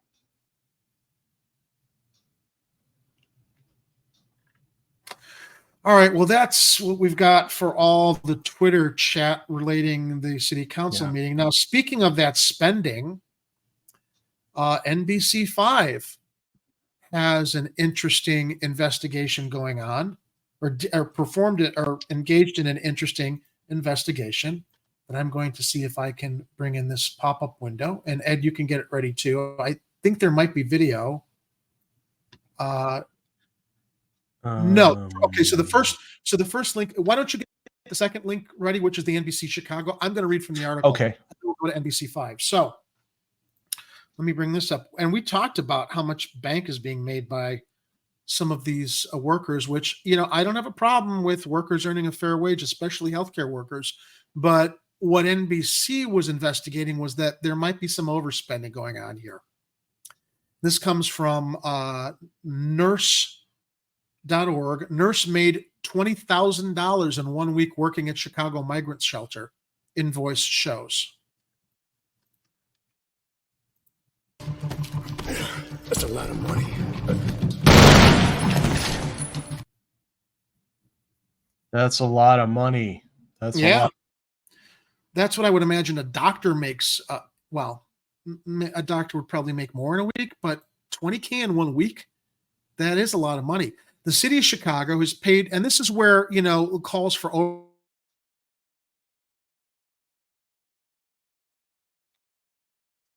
I can't hear you, Jerry. I think your microphone just muted. Yeah. All right. I'm back. And this is where the demand for oversight is coming, because while we need to provide these services, these long procurement processes might actually be contributing to why all of this money is being wasted, because they can't find better solutions. The city of Chicago has paid over $56 million to favorite healthcare staffing to provide healthcare services for more than 13,000 migrants who have arrived in Chicago over the past year, according to records obtained by NBC5 investigations. To neighbors' points, it might be nice if the city also provided that kind of staffing for people who live here. Yeah. If you can afford one, you should be able to afford both, or prioritize both. According to an invoice obtained by the news station, one nurse was paid $20,000 for 1 week of work at the migrant shelter. Damn. Wish I could get a payday like that. Yeah. And they have, let me see if I can play the video from this. They've got the NBC, the Chicago News video here. Let's see if it plays right. I hope there's no commercial. Okay, here we go. And tonight, city leaders are expressing shock after an NBC5 Investigates report we aired yesterday. We are waiting for records that show where the millions being spent on migrants is going. Some records we did receive show employees working at migrant shelters have made more than $135 an hour. NBC5 Investigates Bennett Haberly is here more with what you've discovered, Bennett. Yeah, Kate and Alex, imagine making almost $200 an hour. Do you know what a paramedic makes per hour? 25. That's at least from my understanding. People who complain about burger flippers making $25 an hour, which should be a minimum wage, because paramedics make that, my argument is paramedics are underpaid. They've got people's lives in their hands, and they're making $25 an hour while the ambulance companies are taking the lion's share of the billing. Everyday paramedic responders, and I have no reason to disbelieve this, because I've read it a couple times. They make around 25, maybe 30 an hour. So that nurses are making this $135 an hour in the migrant, that is fucking crazy. As much as people need to be paid a fair living wage, this is clearly contract waste. Alex, imagine making almost $200 an hour. These invoices show it has happened at the privately run shelters housing migrants. Today, Privately run Aldermen shelters. say they've been asking for receipts as well and had no idea of the figures until our report last night. These invoices obtained by NBC5 Investigates show employees of a private company, Favorite Staffing, which run the city's migrant shelters, have made at least $135 an hour, in some cases more. In one invoice, a facility manager made $14,000 in a week in December. Another invoice shows a nurse earned more than $20,000 in 1 week. Those figures do account for overtime. To see invoices like that are disgusting. They're outrageous, and they should be cause for an immediate investigation. Oh, what a surprise, Ray Lopez. No, we haven't been. And I think that's the big concern that came up today, was that we're willing to accept federal dollars. We're willing to give dollars to these issues, but we need to see where every penny is spent. NBC5 Investigates filed public records requests 3 months ago. So far, we've received just 2 invoices, contracts, and a spreadsheet showing since October, the city has spent at least $83 million on companies and organizations that provide care to the 13,000 migrants now in Chicago. Aldermen voted Thursday to accept another $33 million in federal money, but raised some concerns that it comes without knowing where the current dollars are being spent. Something we asked Mayor Brandon Johnson about. Can you and your administration commit to being more transparent and release some of the documents that have been withheld? So let me just make sure that you're clear and everybody else is clear here. Every single Monday, there's a conversation with alders who are part of a working group. Every Friday, there's an email that is sent so all the alders could see it. We have released information providing the details of the fact that when we appropriated the first $51 million, I was the person that said that the vast majority of it went to staffing. Now, if you're looking for some more specific items, what you want to know about, like how much this costs for spoons or forks, or nurses, I just want you to be very clear that we have released a very detailed response of how we are dealing and addressing this humanitarian endeavor. He just needed a yes or a no. For us to do it on a more regular basis, of course we can do that. He's learning politics quickly, knowing how to dance around answering a question. Hey, at least he's more respectful than Lori Lightfoot was, and more reasoned and trying to explain, but he's still doing a little political dance there.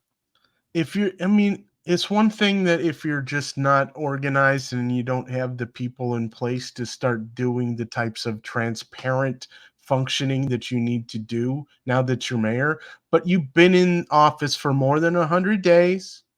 You got a whole bunch of people in place. There's no excuse not to have full transparency on everything you do going forward. None. That's exactly why we elected him. We thought that we would have that transparency. So anybody who's not doing it, figure out how to do it. Figure it out. And the mayor went on to say that his administration, in his words, is transparent. The aldermen we spoke to say those additional financial records that we've asked for should be released. City agencies have told us that they want more time. Kate? Why do you need more? To like selectively cherry pick what you want to release? So the article goes on to say, according to the invoices obtained by NBC5, at this rate, Chicago taxpayers could end up paying well over $100 million per year for migrant health care and other costs. Some critics argue that the funding should instead be spent on health care services for legal residents and homeless individuals. Yeah, makes sense. Dr. Nick's comment. Why is he talking like Chrystia Freeland when asked about Nazis in Canada? Yeah. So, I missed that. How did they talk? So some people may not recall that recently all of Canadian Parliament was recently caught applauding an SS Nazi, and they had to backpedal on that and apologize for it and all this other stuff. And somebody started asking Chrystia Freeland about how many Nazis are actually in Canada right now, by which I'm told possibly upwards of 5,000. I don't know if that's current or how many originally were emigrated there after World War II. Ed, that's a lot of Nazis. Yes. Yes, it's a lot of Nazis. Too many Nazis. We got to make a custom clip for that. It's a lot of Nazis. I hate Illinois Nazis. Oh, let's see here. Yeah, so there's some interesting stuff in the live chat. Let's share some of what our viewers think before we move into our next stories. Hopefully that'll open up here. And once again, chat spam robots, welcome. Please follow the channel and share it with your friends. Let them know that we're here. We're Chicago Corner. We're an independent media company out of Chicago. We are a worker co-op, and we welcome you. Art shares, this is going to blow up right on Mayor Johnson's face. The city will lose control of the asylum seekers. There'll be a riot, citywide damage, and the mayor will be held responsible. Wagspock used to be good until he turned to the Lightfoot side. Yeah, I agree, Kathy. But at least what he presented today was useful to the conversation as far as the solution being presented isn't a solution. Pritzker went to the Rauner School of Governors. Are we going to talk about the Signature Lounge closing? Yes, we are. Sure. Be patient, sure. Dr. Nick. Be patient. Yeah, we can talk about that. Yeah, and a statement made by former Chicago journalist John Cass, who now has the luxury of living in the suburbs after he fled Chicago. Yeah. To opine from his suburban location, much like Palos Paul does now. All right, I got to see what he's spouting about. Although we really don't care. Save it. It's part of the next. Just he doesn't live here. I got things set up, so let me get to it. I'm waiting. I just wanted to see. So if I sneak into this tent city, can I get healthcare? We should start promoting. We should start telling people if you need healthcare, emergency healthcare, go claim you're an illegal immigrant and go check in one of these tents. Oh, the way Michael Moore went to Guantanamo to get healthcare and prescription drugs and stuff. Yeah. Yeah. Cook County Commissioner and transparency don't go together in the same sentence. So these are sex bots that are throwing these Jim Caviezel links at us. Yeah, I don't know where they're coming from, but I mean, oh well. I mean, we can talk about how we want to moderate our chats going forward, on whether we even care at this point anymore. It's a useless endeavor. Yeah. Okay, so this next story is kind of a little bit of a broader context in regards to what I shared with my cousin Lou that ended up instigating his claim that we are Antifa Nazis because we don't have cops' backs, and 95.5% of Chicago cops are apparently good. Uh-huh. Well, but they're not really, because if 95.5% is not blowing the whistle and the 5% that's bad, then they're all bad because they're not holding the bad ones accountable. All right. Yeah. So here's what that story was all about. As the tab comes up, actually, Ed, why don't you bring the graphic up and I can read? Oh no, it's up. All right. This comes from WGN 9. Of course, Chicago police officers found not guilty in 2022 Pilsen shooting where they shot that guy in the back who was running away because they feared for their lives in this guy fleeing away from them, that they gunned him down in the back. A judge found two. Oh, you know what we forgot to run? How did I forget this? Stand by, everybody. I look at this town, and I don't like what I see anymore.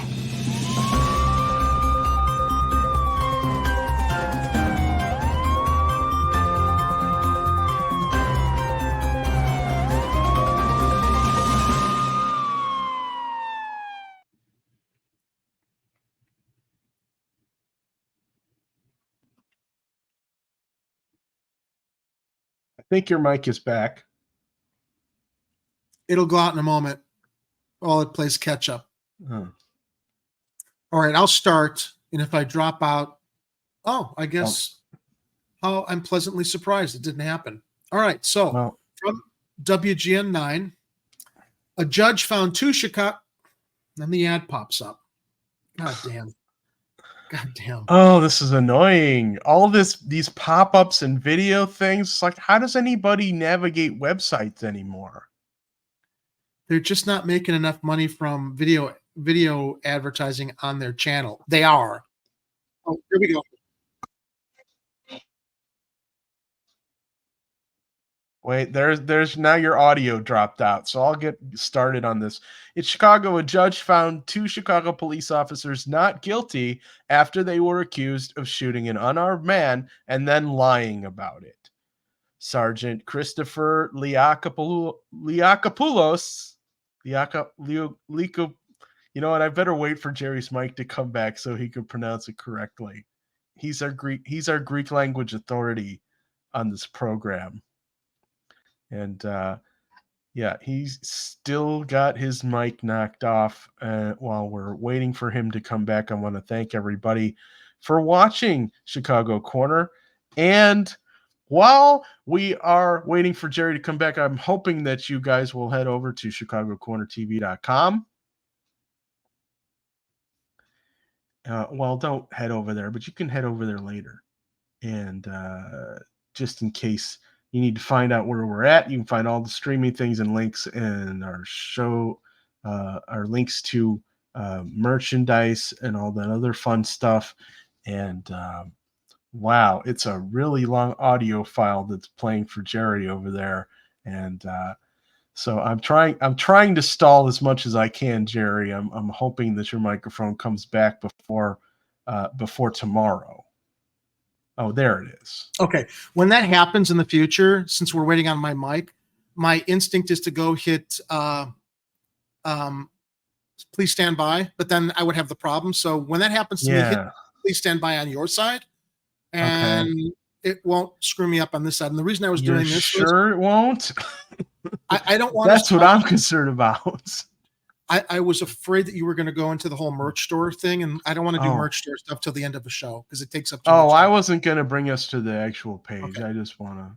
So back to the story. Sergeant Christopher and I'm having a problem. Sergeant Christopher Liakopoulos, who's Greek. That's why I said to Lou earlier, Palos Paul would be proud because Paul Vallis is Greek also. And Officer Ruben Reynoso were each charged with aggravated battery with a firearm, aggravated discharge of a firearm, and official misconduct. With officers, loved ones, and supporters crowding the Cook County courtroom, Judge Lawrence Flood read the verdict, drawing praise from Fraternal Order of Police Chicago Lodge 7 fascist John Catanzara.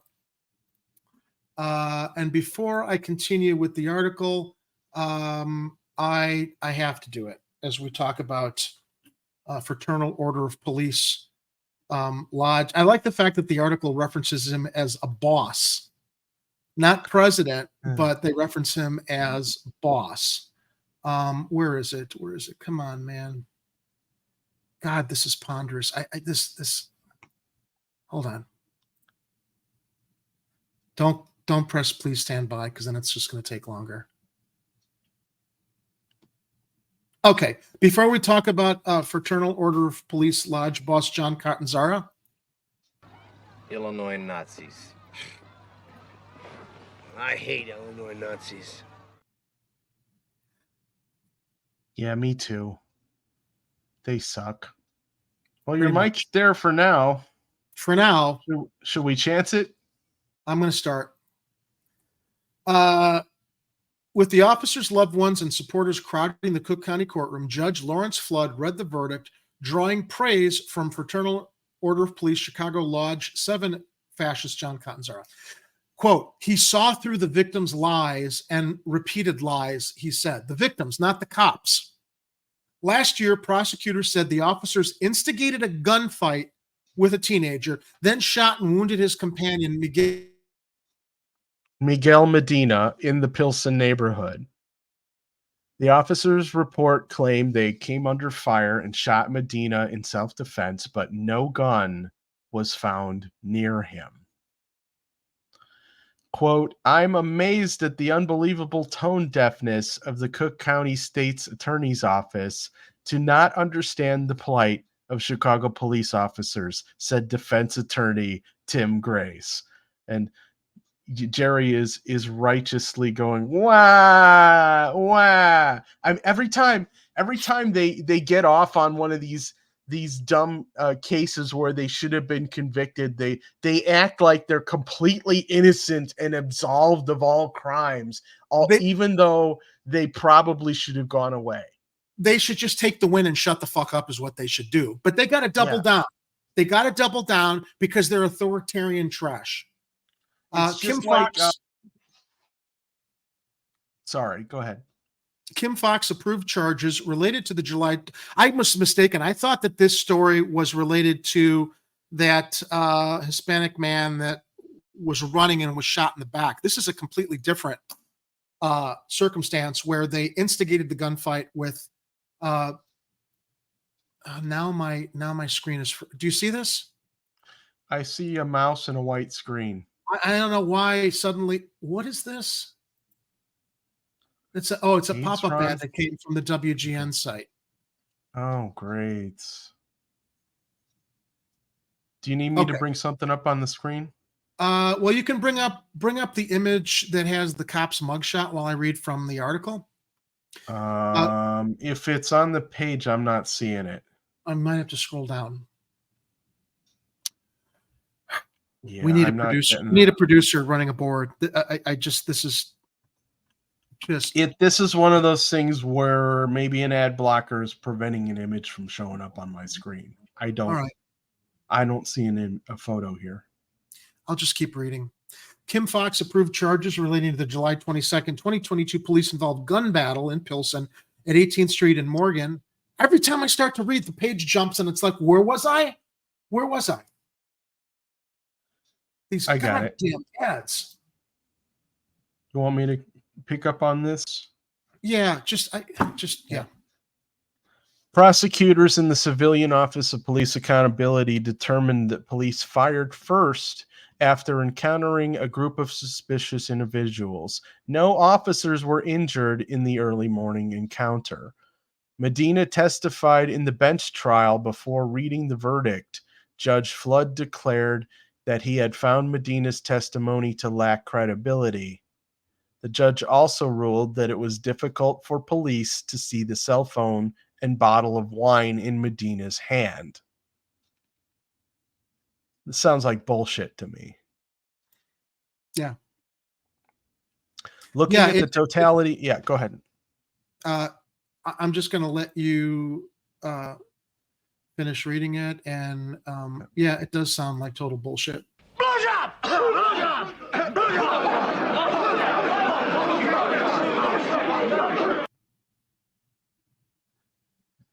He said, blowjob, sir.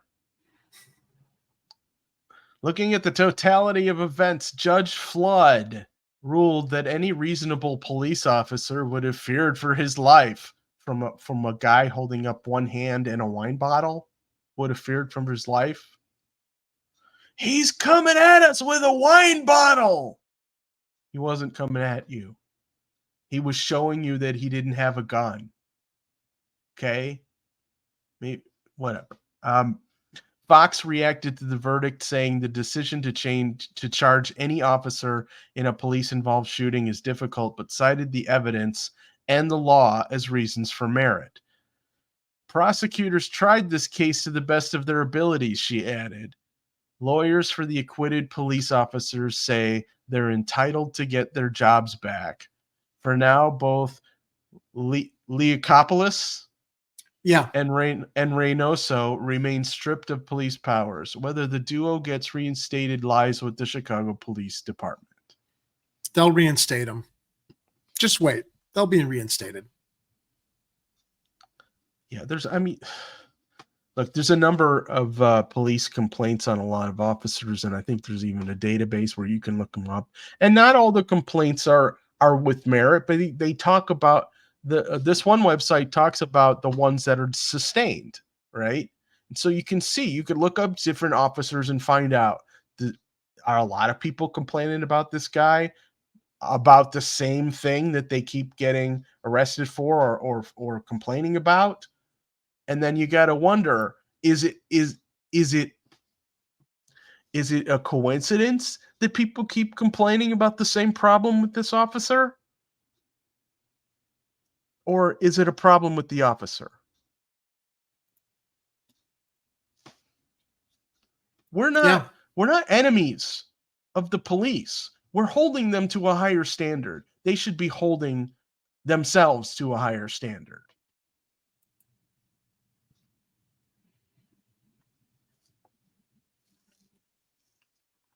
That was the end of the story. The end of the article? Okay, I'm sorry, because I just closed the window out of absolute utter frustration and disgust that I couldn't scroll down as I'm trying to open up this other window. And I just discovered there's a pop-up on my screen in the background that wants to install a new Mac operating system. It appears we have another Mac operating system that's on the horizon. There is, but none of our machines are compatible with it. Great, which is why I always...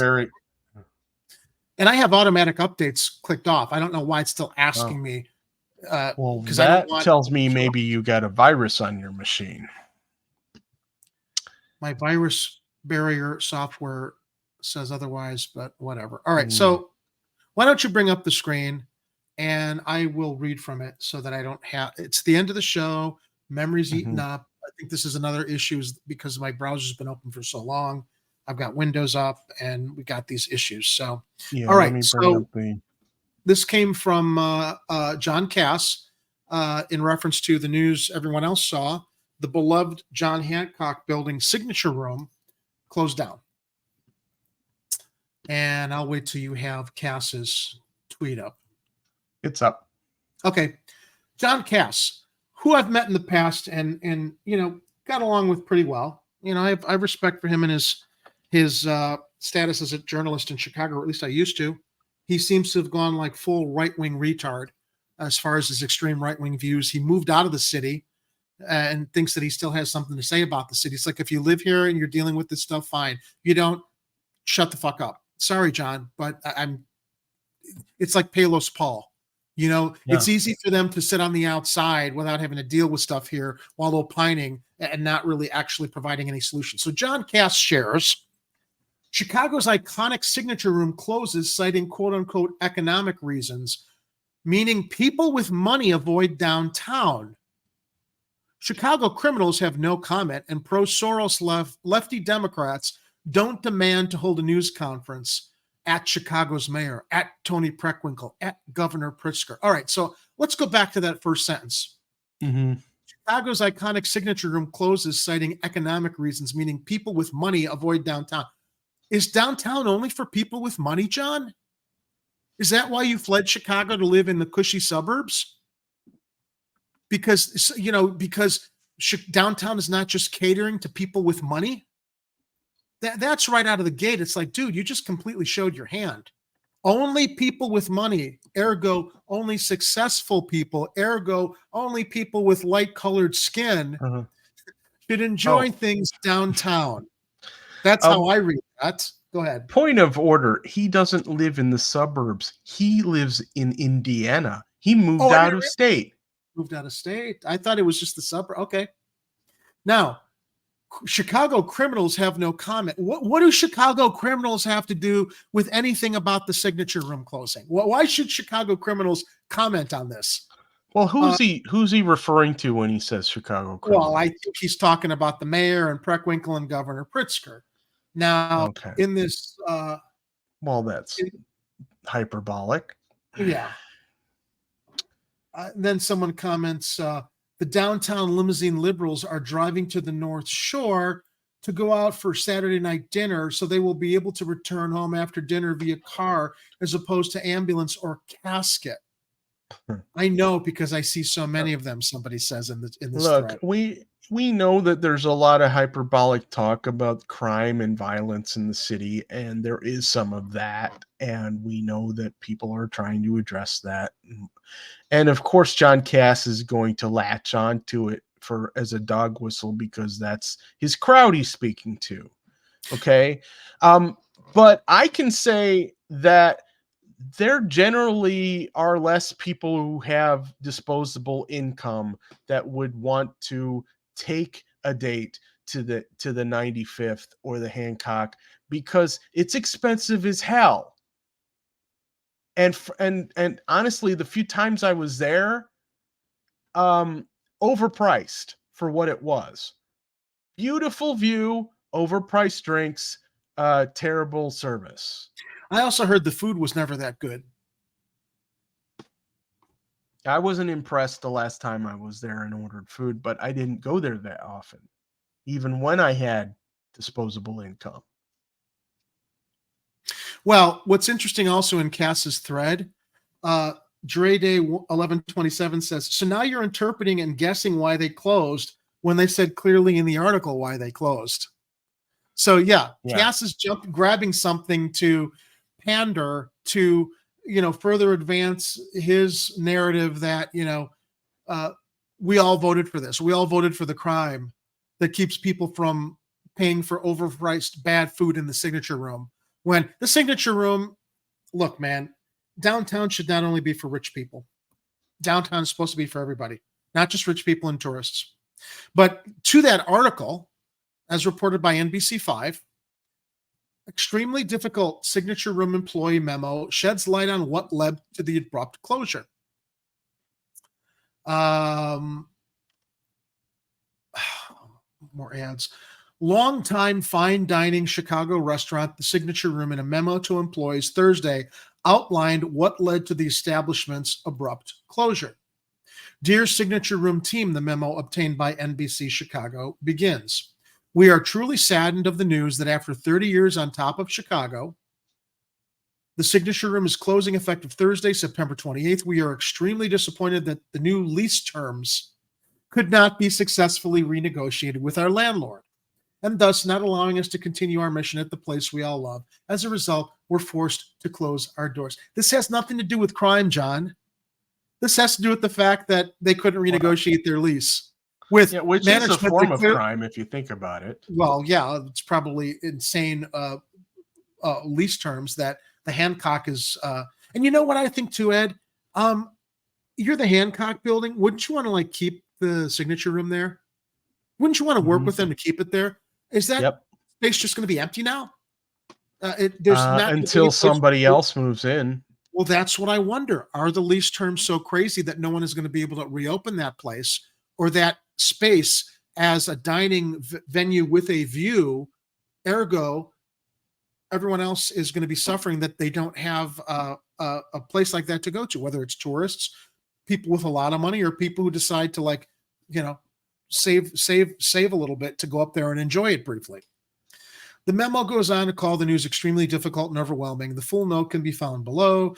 We are truly saddened of the news. After 30 years on top of Chicago, the Signature Room is closing effective Thursday, September 20th. We're extremely disappointed that new lease terms cannot be successfully renegotiated with our landlord, thus not allowing us to continue our mission at the place we all love. As a result, we're forced to close our doors. This is an extremely difficult situation for us all, and we all share in the shock of this overwhelming news. We appreciated your dedication and service that you've provided the Signature Room over the past 30 years. We simply could not have done it without you. Sincerely, Human Resources. The memo also indicated that information would be provided to employees regarding insurance and personal items left behind. Additionally, a sign posted at the restaurant's location Thursday cited economic issues as a reason for the permanent closing. It is with a heavy heart that we announce the permanent closing of our beloved Signature Room at the 95th. It's the same note posted everywhere. If you scroll down, you'll see the note. It was on social media. Yeah, okay.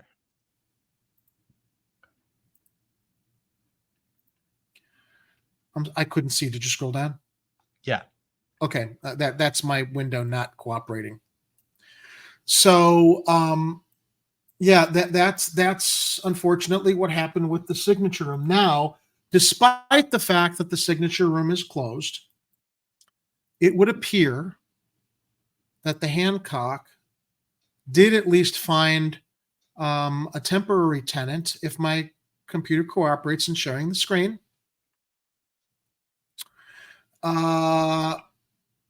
During the month of October. Can you bring your screen down, Ed? Yeah. Let me see if I can pop mine up here. That's what she said. If you need to send a link in the private chat, let me know.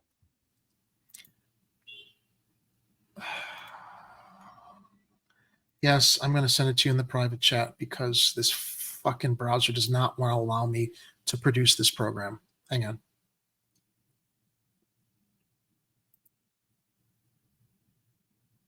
Completely throws off my timing.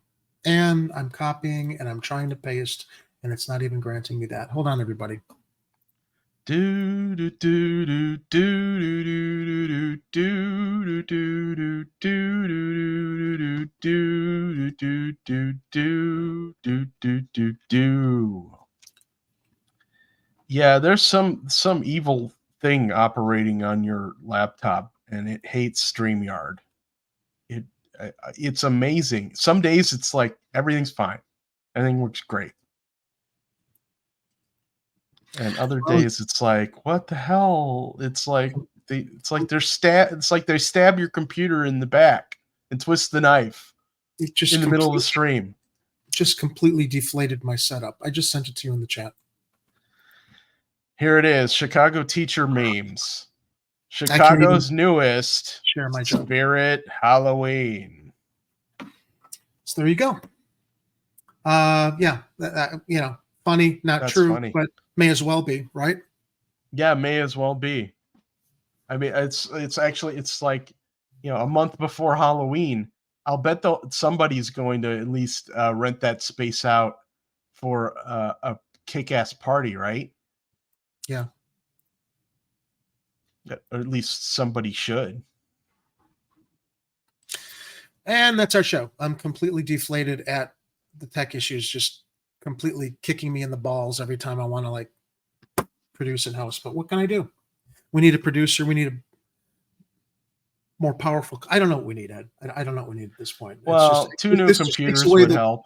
This just takes away the whatever enjoyment I have doing this program is these constant tech issues that just left and right. And I don't even have that many windows open. All I got open is Chrome and 2 chat windows and our Google Notes. Anyway, I'm not going to belly over it. We're at the end of the show. I don't want to end on a negative note. Can That's I our cheer you program. up with something?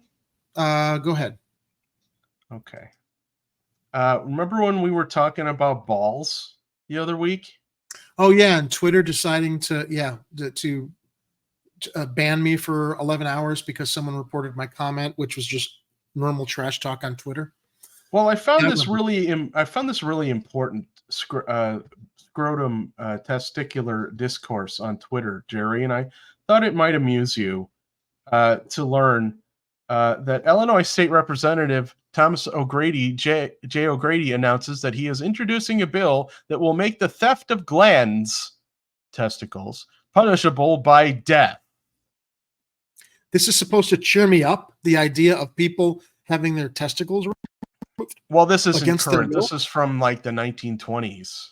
Oh, okay. I didn't read. So that Yeah. someone from the 20s open up a rift in time to be able to post on Twitter. Yeah, so this is a screenshot from a newspaper article where they actually reported this thing, and they called it "Proposes to Make Theft of Glands Capital Offense." And they were going to. I never remember reading in history that this was a problem. Yeah, apparently it was an issue. Representative Thomas J. O'Grady announced today that he will introduce at the January session of the state legislature a bill to make the stealing of glands a capital offense. The mystery of the stolen gland cases. There were stolen gland cases, Jerry. That's crazy. Still unsolved. Yeah. This should be like an assault, or unless they're talking about, surgeons' offices. The mystery of the stolen gland cases were still unsolved.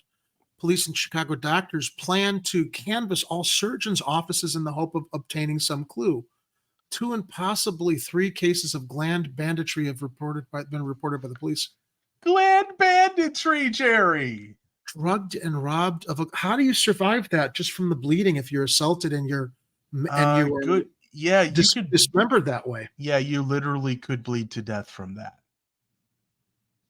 Oh my God. Unless it was some doctors that were doing it and they were putting you under, stealing your nuts, sewing you up, and leaving an ice pack in there. Like the way people talk about those kidney theft stories, those urban myths, some of which were true, where you would be in a hotel and you take some lady back to your hotel room and you wake up in a bathtub missing a kidney. There was a movie called Turistas, which dealt with that topic of young kids going down to a South American country to vacation who were kidnapped and this story was supposed to cheer me up and make me laugh. No, it was just supposed to throw you completely off guard and then make you go, what the hell is he talking about? Well, normally everything that you bring up throws me totally off guard and asking the question, true. What the hell is he talking about? Well, I was hoping it would amuse you for a moment. So going back to the live chat, what's left here? Dr. Nick, 16th floor, Trump Tower or London House. Yeah, but they're not quite the view that the signature room provided. Kathy shares, I wonder if there's a more lucrative deal in the works for Hancock. Art says nearly all the restaurants I can't afford to eat at are closing right before we can make money to go and enjoy it.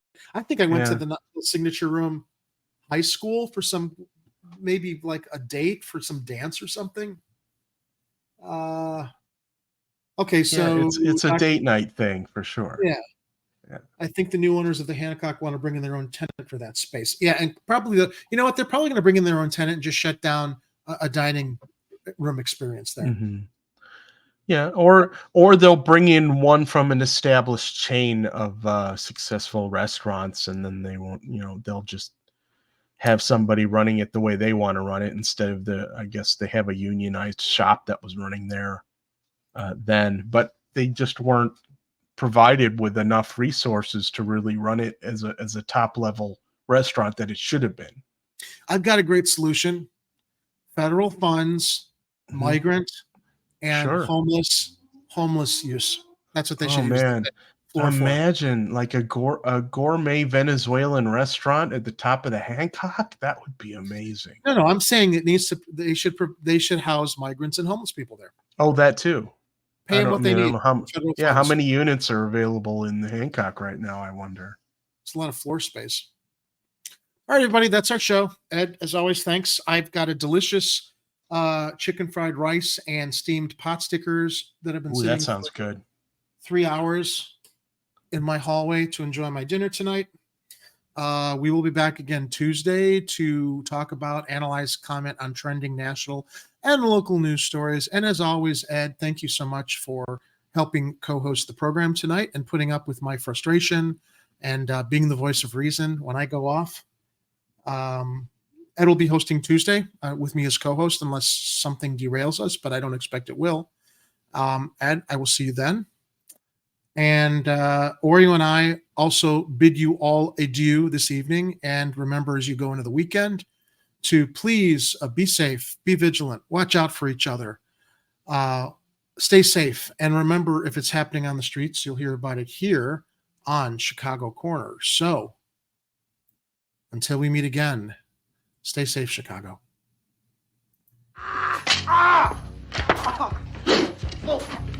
Fuck this noise, man.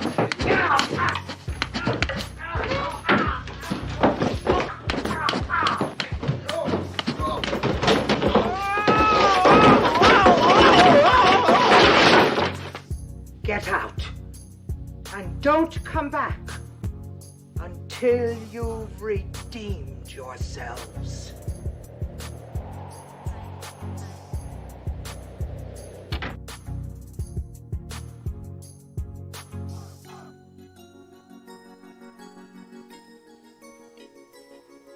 You're still here? It's over. Go home.